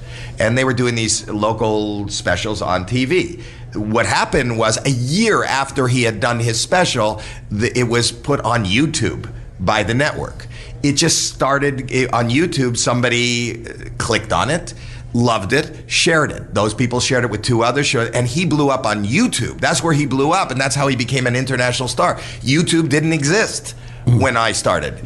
There was one place you had to go. I had to be seen on the stage at the Comedy Store. If I could not get on stage at the Comedy Store, I was not going to have a career. That was it. That was it. That the only way through. through. And then beyond that, once you were at the Comedy Store, in my age, it's different now, but at my age, you walk up to somebody in the street and they'd go, "What do you do?" when you weren't known, and you'd say, "I'm a comedian." And then the average person would go, "Well, have you been on Johnny Carson?" And if you couldn't say yes, then in their minds, you're just saying you're a comedian. But until you've done Johnny Carson, it was the litmus test. So anybody who did Johnny Carson became a comedian. And that's all. We had these one single platforms. Now, you don't have to put pants on. You could sit at home in your room in your underpants and become an international sensation. I love that. Yeah.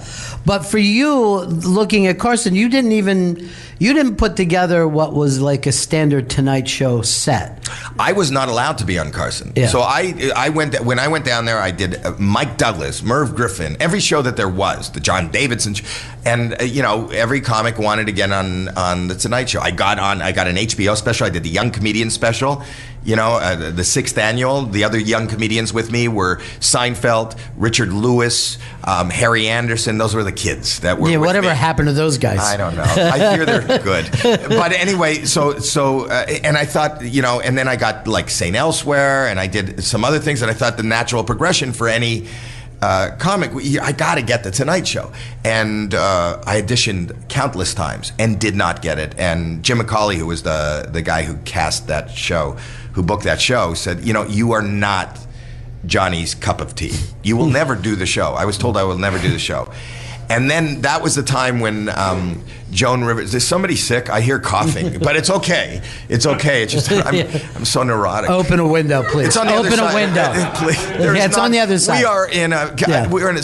There's not one fucking window. You close the doors. This is now. I'm nervous again. Well, now I just had some time to myself. They made us. I hear sneezing. Look at me. I feel like I'm. They made us close the door because they don't want it to go through the rest of the festival. So we're going to be locked in here with these germs and then fight them off. When I thought maybe if I do your show and I say something, it might go viral. I didn't think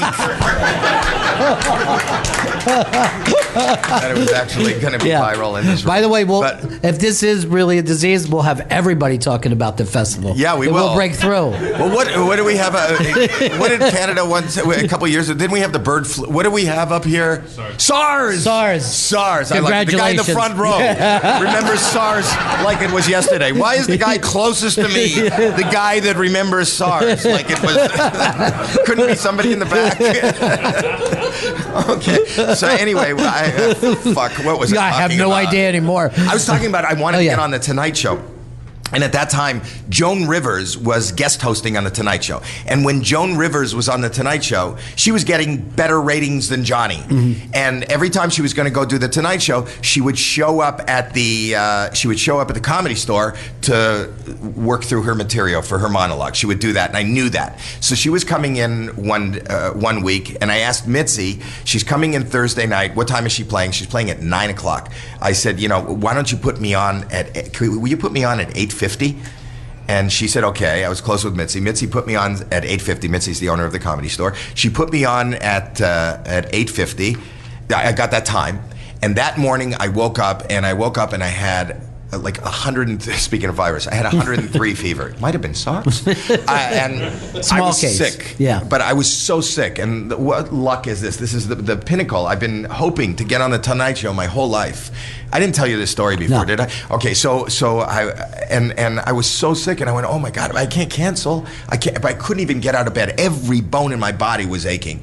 And I said to my wife, I'm doing it. I'm going to go do it. And I remember I lived in the valley, in the San Fernando Valley, and I was driving through the canyon to get to the Comedy Store. I thought I was going to die. I thought I was going to pass out. Like every bone, and I'm driving, and these are these windy roads, and I didn't have any energy or anything. I finally get to the Comedy Store. I make my way into the original room. It's at the original room. And I see Joan Rivers shows up and she's ready to go on. She's making notes. She's writing in a little pad. And I go, I don't know how I'm going to do this, but I hear, ladies and gentlemen, Howie Mandel. And I walk on the stage, and in that moment, when the lights go on and people are staring at me, my adrenaline begins to flow. And I do my set, and I had one of the best sets I have ever had in my life. And I just killed. I slammed the room. And then they said, and now, ladies and the comic before introduces the comic coming up. Mm-hmm. So I went, ladies and gentlemen, Joan Rivers. And I walk off the stage, and she walks past me in the little aisleway between the seats, and she goes, "You're very funny, young man." I went, "Thank you." And I walk off, and I go just outside in the front of the Comedy Store. There's these steps that lead down to Sunset Boulevard. So I just walk through the curtain because I want to just catch her eye as she leaves when she finishes her set to see whether I can push this any further. So she goes on, and the crowd is just beyond themselves, and they go crazy. It's Joan Rivers. She's the biggest star of the moment. She's getting bigger ratings than Johnny Carson. She finishes her set, and she walks off, and Mitzi's talking to her, and other comics are talking to her. And 20 minutes goes by, and I slide down the wall, and I'm sitting on the stairs. Now I'm sitting on the stairs. Somebody with me tells me, "Are you okay?" And I go, "Why?" They go, "You're white, and you're just beating with sweat." And I was sweating, and I've got like a raging fever. And an hour goes by, and she's laughing it up with the comics, and I'm just like almost lying on the stairs like a body, like a victim of a murder. And I wait because this is my whole life. And finally, Joan Rivers comes out of that little opening, and she comes to the stairs. I'm lying on the stairs. I don't even really. I go, "Hey." I don't have much energy to. I wanted to get up and shake her hand, but I'm just like on the stairs, and I go, "Hey." And she looks at me. She goes, "You are very funny." And I went, "Thank you so much." And she says, "Have you ever been on the Tonight Show?" And I said, "Wednesday is my birthday."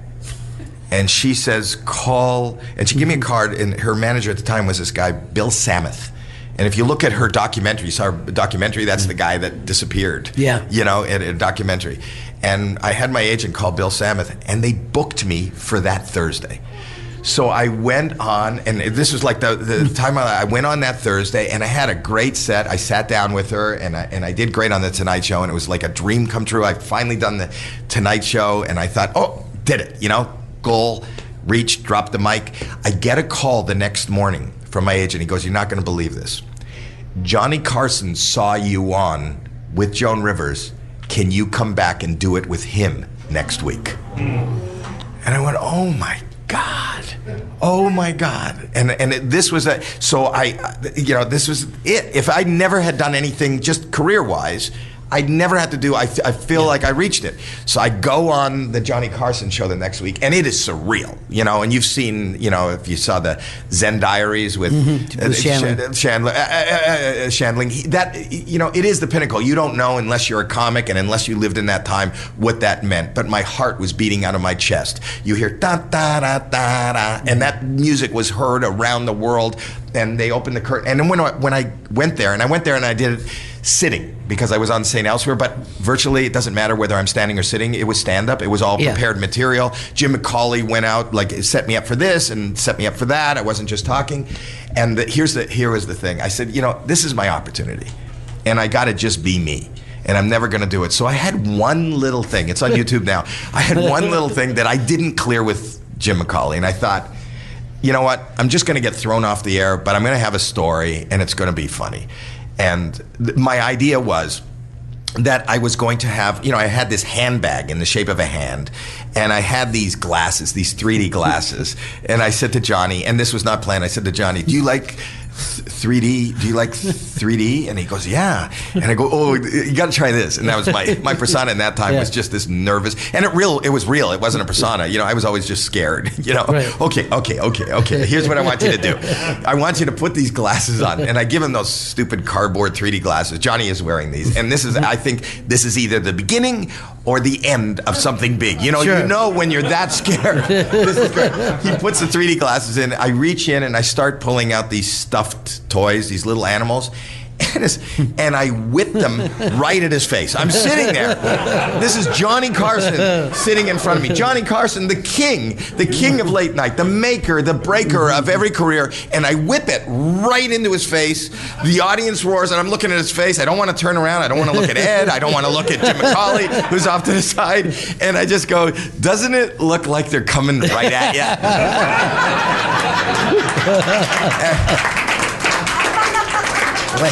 And then you laughed faster than he did. An eternity. He takes off the glasses, and he just kicked back and laughed so hard. And that was the beginning. I ended up doing 22 Tonight shows with Johnny Carson. Yeah, that's amazing.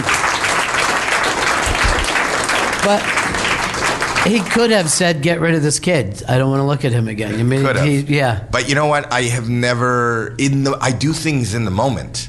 You know, and that's been because I don't like to think, because I'm afraid of the thoughts that will come in. Mm-hmm. So I do things in the moment, and for most of the, for a lot of times it's worked out for me. I've had horrible experiences, horrible experiences, but, shit happens. Shit happens, but you're willing to kind of roll the dice on that to make something happen? No, it's not that I'm willing. Yeah. I just roll it. Yeah. You know what I mean? There's not a lot of thought to why this dice gets thrown, but I throw the dice a lot. Yeah. And they say you win some and you lose some. You win some, you lose a lot. Yeah. But I'm willing to win some. I'm willing to lose a lot to win some. Have there been things that you went, oh, I wish I didn't do that. I wish. I don't think like that. Yeah. Because the fact that I did those things, got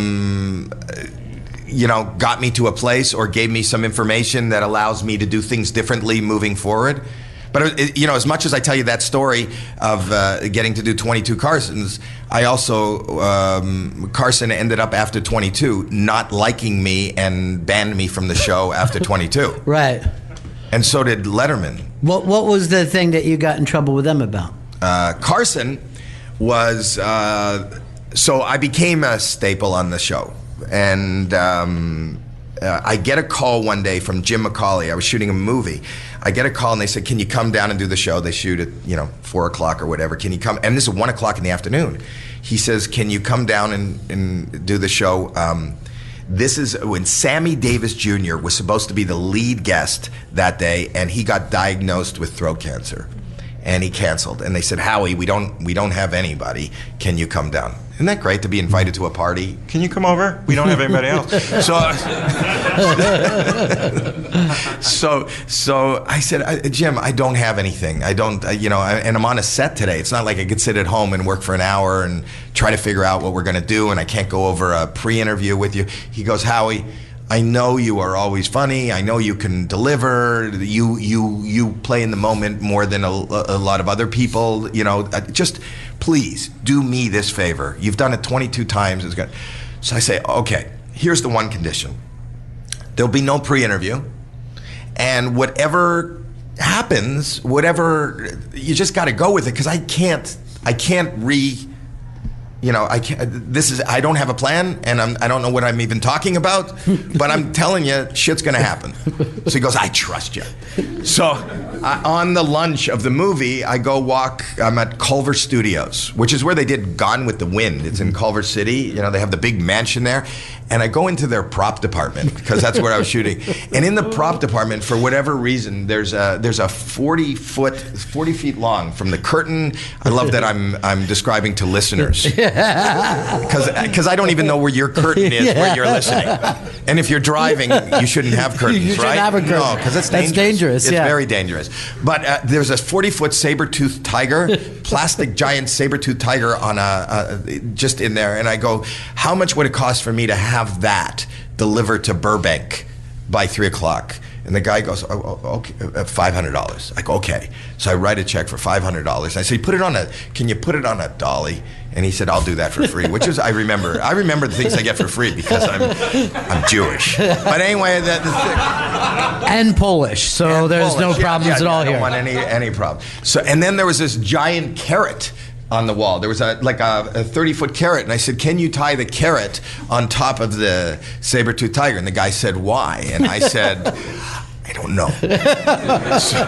So he tied the carrot on that, and it was delivered, and then I called Jim McCauley, and I said, listen, they're delivering a giant saber-toothed tiger with a carrot on it. Just accept it. He said, what are you going to do with it? And I said, I don't know, but just take it. It's coming into Burbank, clear it at the gate, and I want it there.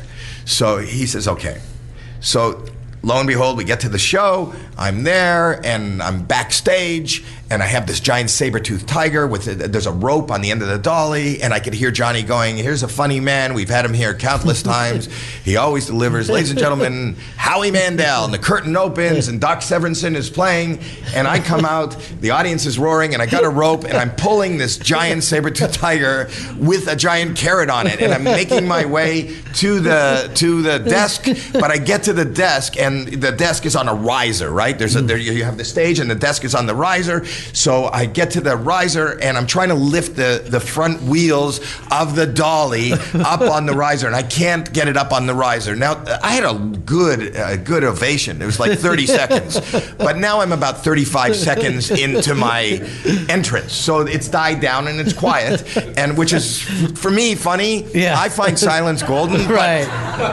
Not traditional network. television doesn't. Yeah. No. So I turned to Ed McMahon and I say, Ed, can you give me a hand with this? And he goes, what do you want me to do? And I go, well, I'll lift, and you push. So Ed goes around. He looks at Johnny like, should I? And Johnny goes, and he's tapping his pencil, and he pushes the head up, the wheels up, and we can't do it. And now it's maybe 45, maybe a minute, and I look to Doc and I go, can you put down the trumpet? Can you come here for a minute? And can you help? It's just silence. It's like fucking a special needs moving day. It's like and that's okay because you are. I said special needs. Special needs.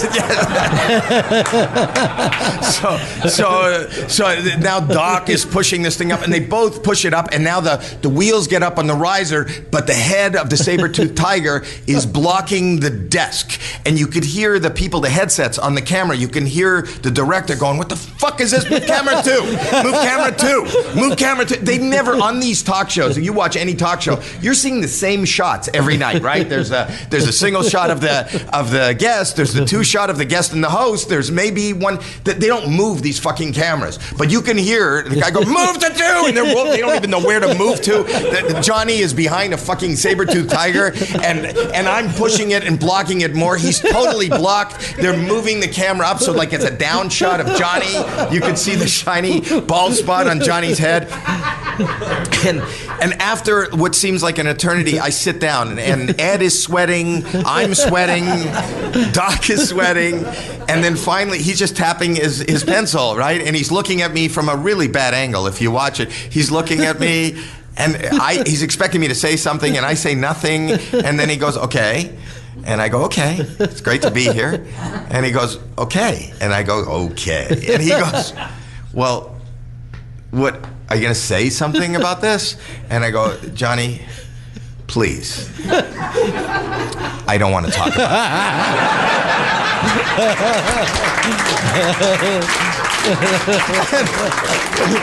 it." He tries to ask me a couple more questions. He goes, "Really? You're not going to talk about this?" And I go, "No." And he goes, I can't remember exactly who it was, but he goes, "We'll be back with Connie Stevens right after this." And they go to commercial, and he doesn't say a word to me, and they clear the saber-tooth tiger and the carrot, and he doesn't look at me, and we come back from commercial, and he goes, "Ladies and gentlemen, the performer, lovely lady, Connie Stevens." And she comes, and I move down the couch. He never spoke to me again. I never did the show again with him. I did it with Gary Shandling. I did it with Joan Rivers. I never did it with him again. And you never talked to him again after that? He never talked to me. I would have been happy to talk to him. Yeah. So is that a major regret for you, or just... No, it's a great story.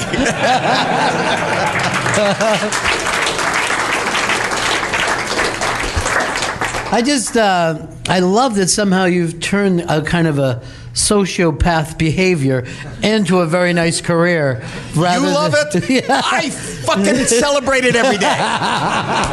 You know what? Yeah. I say that. Everything I've ever been punished for, shunned for, sure, fined for, thrown out for, is what I get paid for. And I'm not a motivational speaker, but I'm saying there is a place for each and every one of us, and we have to be willing to find that place. Right. Well, especially a lot of comedians, when their kids go through a really hard time because that humor is never really recognized as a talent. No, as young kids, people say, "Are you a class clown?" I wasn't witty. I didn't have a funny line. I was not the class clown. I did extreme.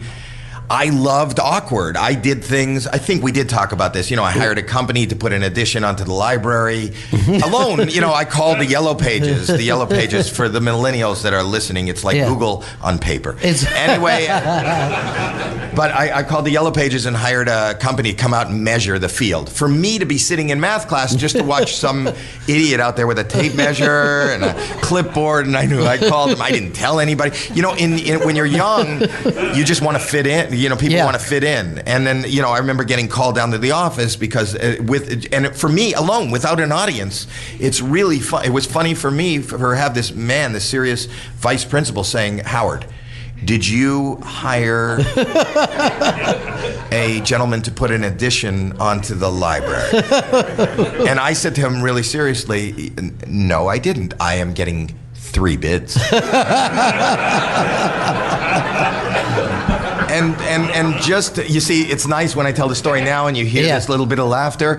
It's, to me, it's better when there is no laughter. It really is. Listen, for me, I love just that awkward, queasy kind of discomfort. It makes me feel alive. You know, it makes me feel when somebody doesn't know for sure. You know, up until a couple of months ago, I had a full beard. I had to shave it off for America's Got Talent.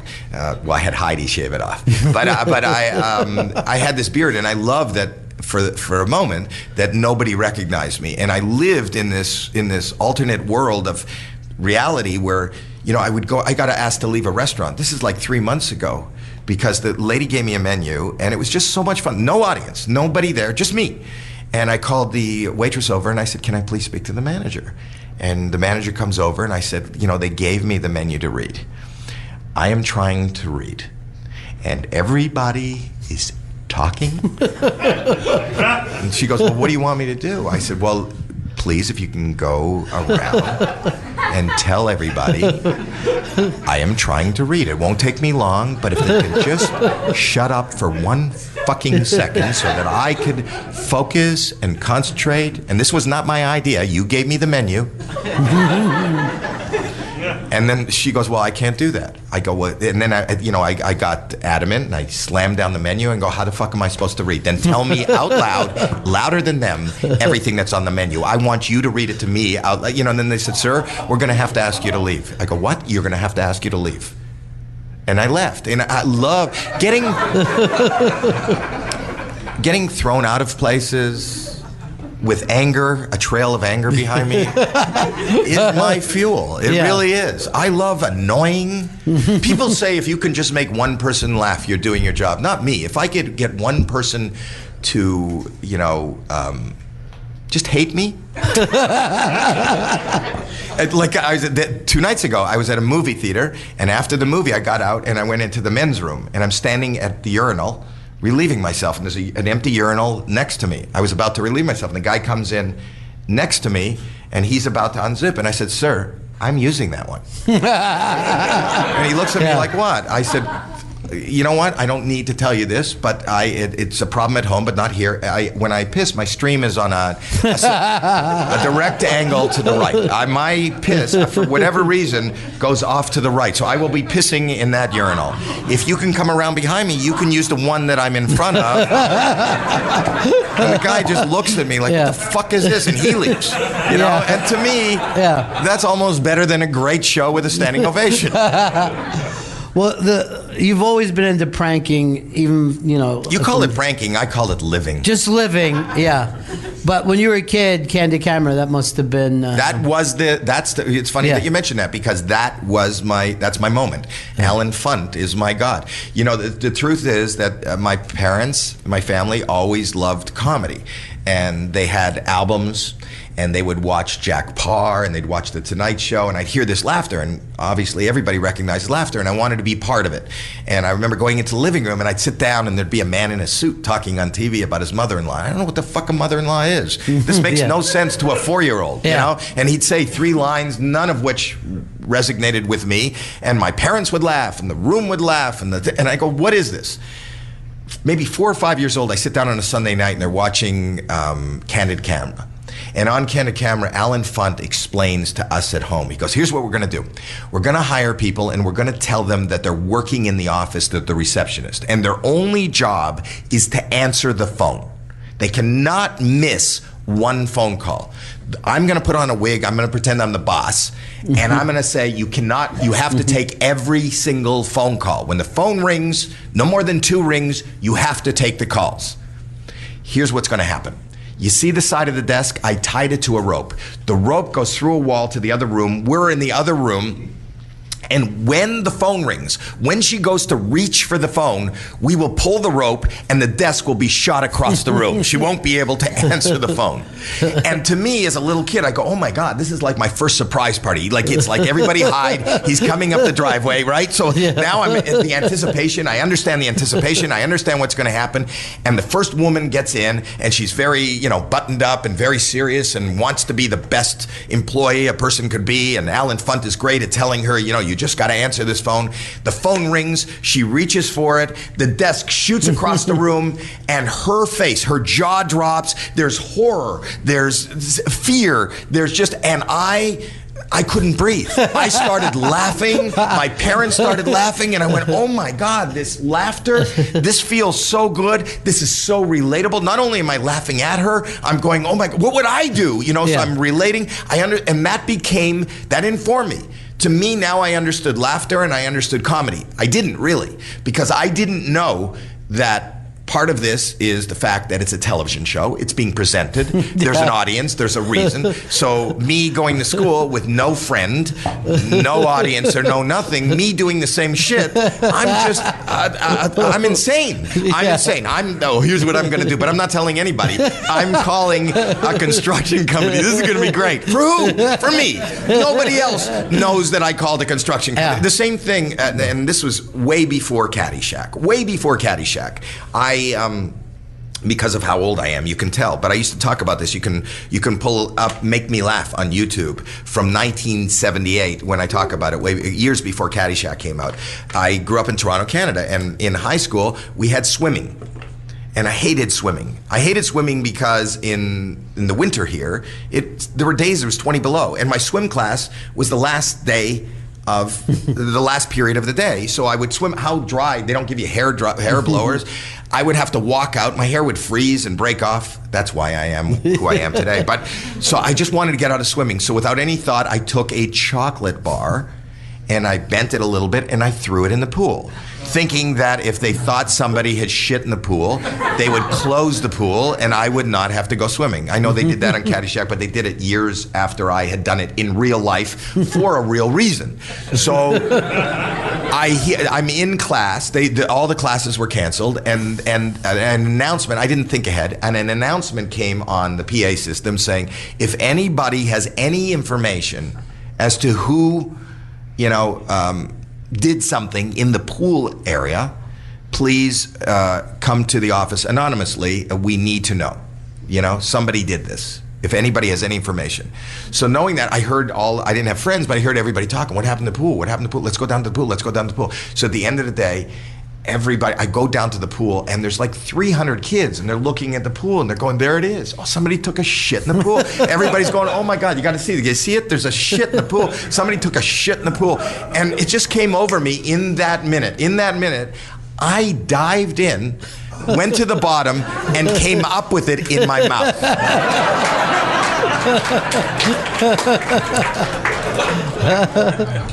I tell that story now and you're laughing, but it made it even harder for me to have a friend in high school.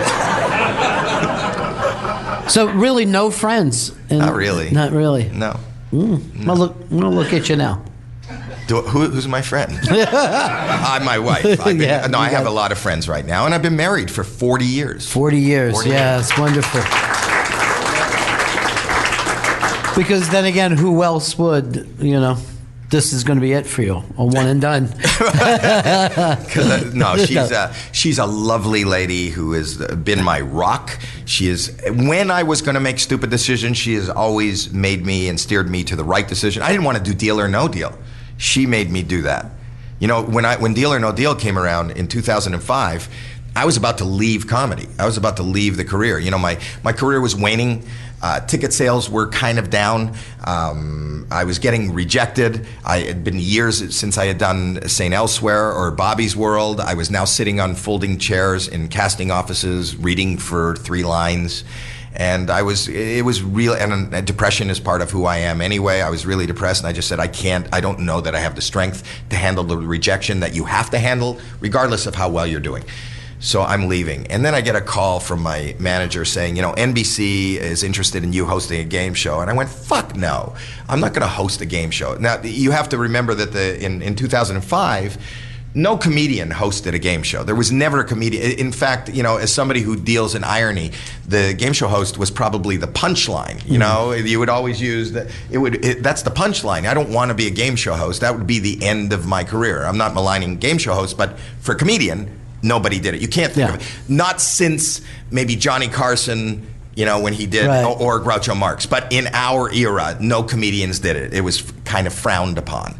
And I said no. And then he calls me back and he goes, this is the biggest game show in the world, all over the world, and NBC wants to do it, and they say they just really want you to do it. And I went, no, I'm going to retire, but I don't want to do this on a public stage. I'd like to retire on my own terms, I don't want the world to tell me that this is a fucking idiot that's hosting a game show.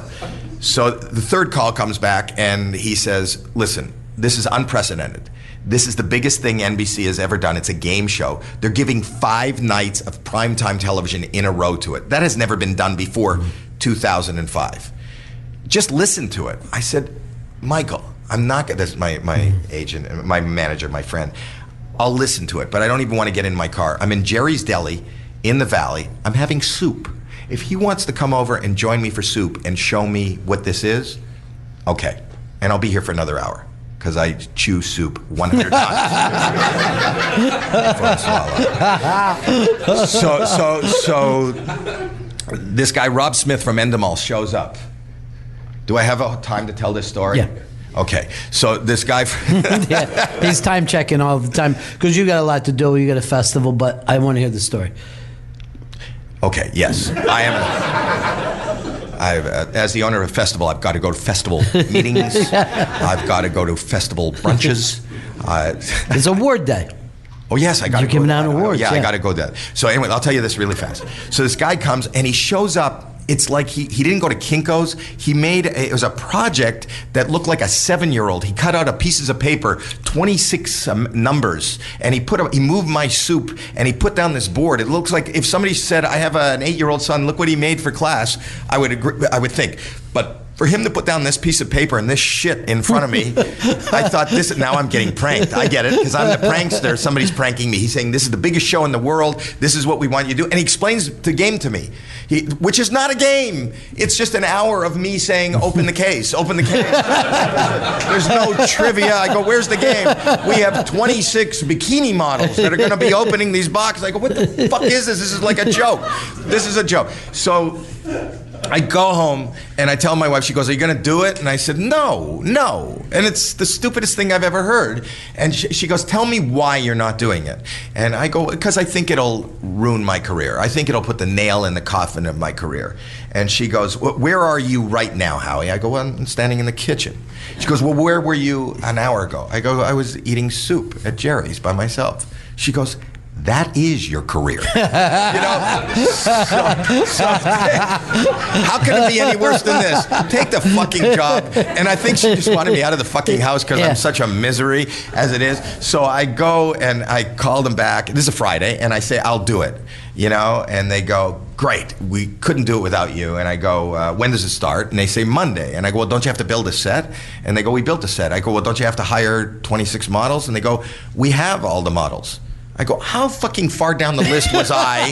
How many people said no before I said yes? But anyway, I hired some comics that to write for me, and I said, the least I can do is maybe try to be funny or try to make this funny. And what happened was, Monday morning shows up, and I get on that stage, and they go, ladies and gentlemen, Howie Mandel. And I walked there, and I'll never forget her name. Her name was Karen Van, the very first contestant. And she tells me she's a single mother, 3 kids. The boys are sitting right there in front.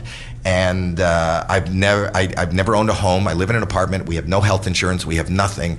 And I start to realize that this woman, this is real. And I got so afraid to do my comedy to distract her, because it became all about, listen, this is real. I don't care about my fucking career. Right. If because of my career I do something and you're not focused enough to make the right decision, it informed my cadence. That's why I started saying, the offer is $10,000.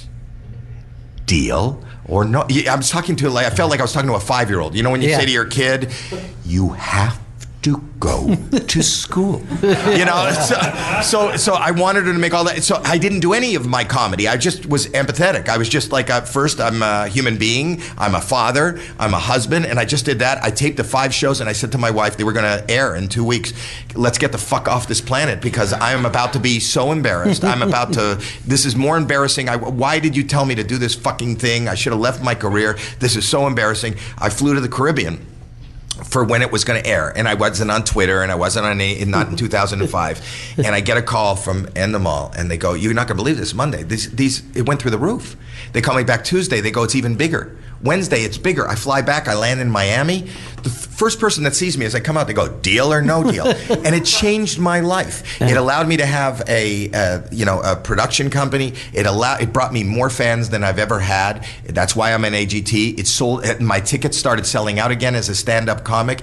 It informed everything. And from that time on, Jeff Foxworthy was next. He was given, Are You Smarter Than a Fifth Grader? Louis Anderson did Feud, which now became every show that's on Steve Harvey. Now it's normal to see a comic. Right. A comic hosting a show. Before I did it, no comics were hosting a show. So it changed my world. It's also, for a guy who likes awkward, it's a really awkward show because you understand immediately watching it the risk and reward, and those people run the red light all the time. And right now, as I speak to you, I'm in the middle. It's being relaunched. Yeah. It'll be out in December on CNBC, and I came here to do business for a couple days here at Just for Laughs, but I'm shooting Deal or No Deal now. It is scarier, bigger, more at stake than it has ever been before, and with all those years and all that experience behind me, it is so much better. So I'm excited. So, that's the circle of life. Well, you've kept it awkward, you've kept it fun. Now you got to go out and take care of your festival, all right? But thank you so much. Thank you, buddy. For being here, buddy. And congratulations to you, Grandpa. Thank you.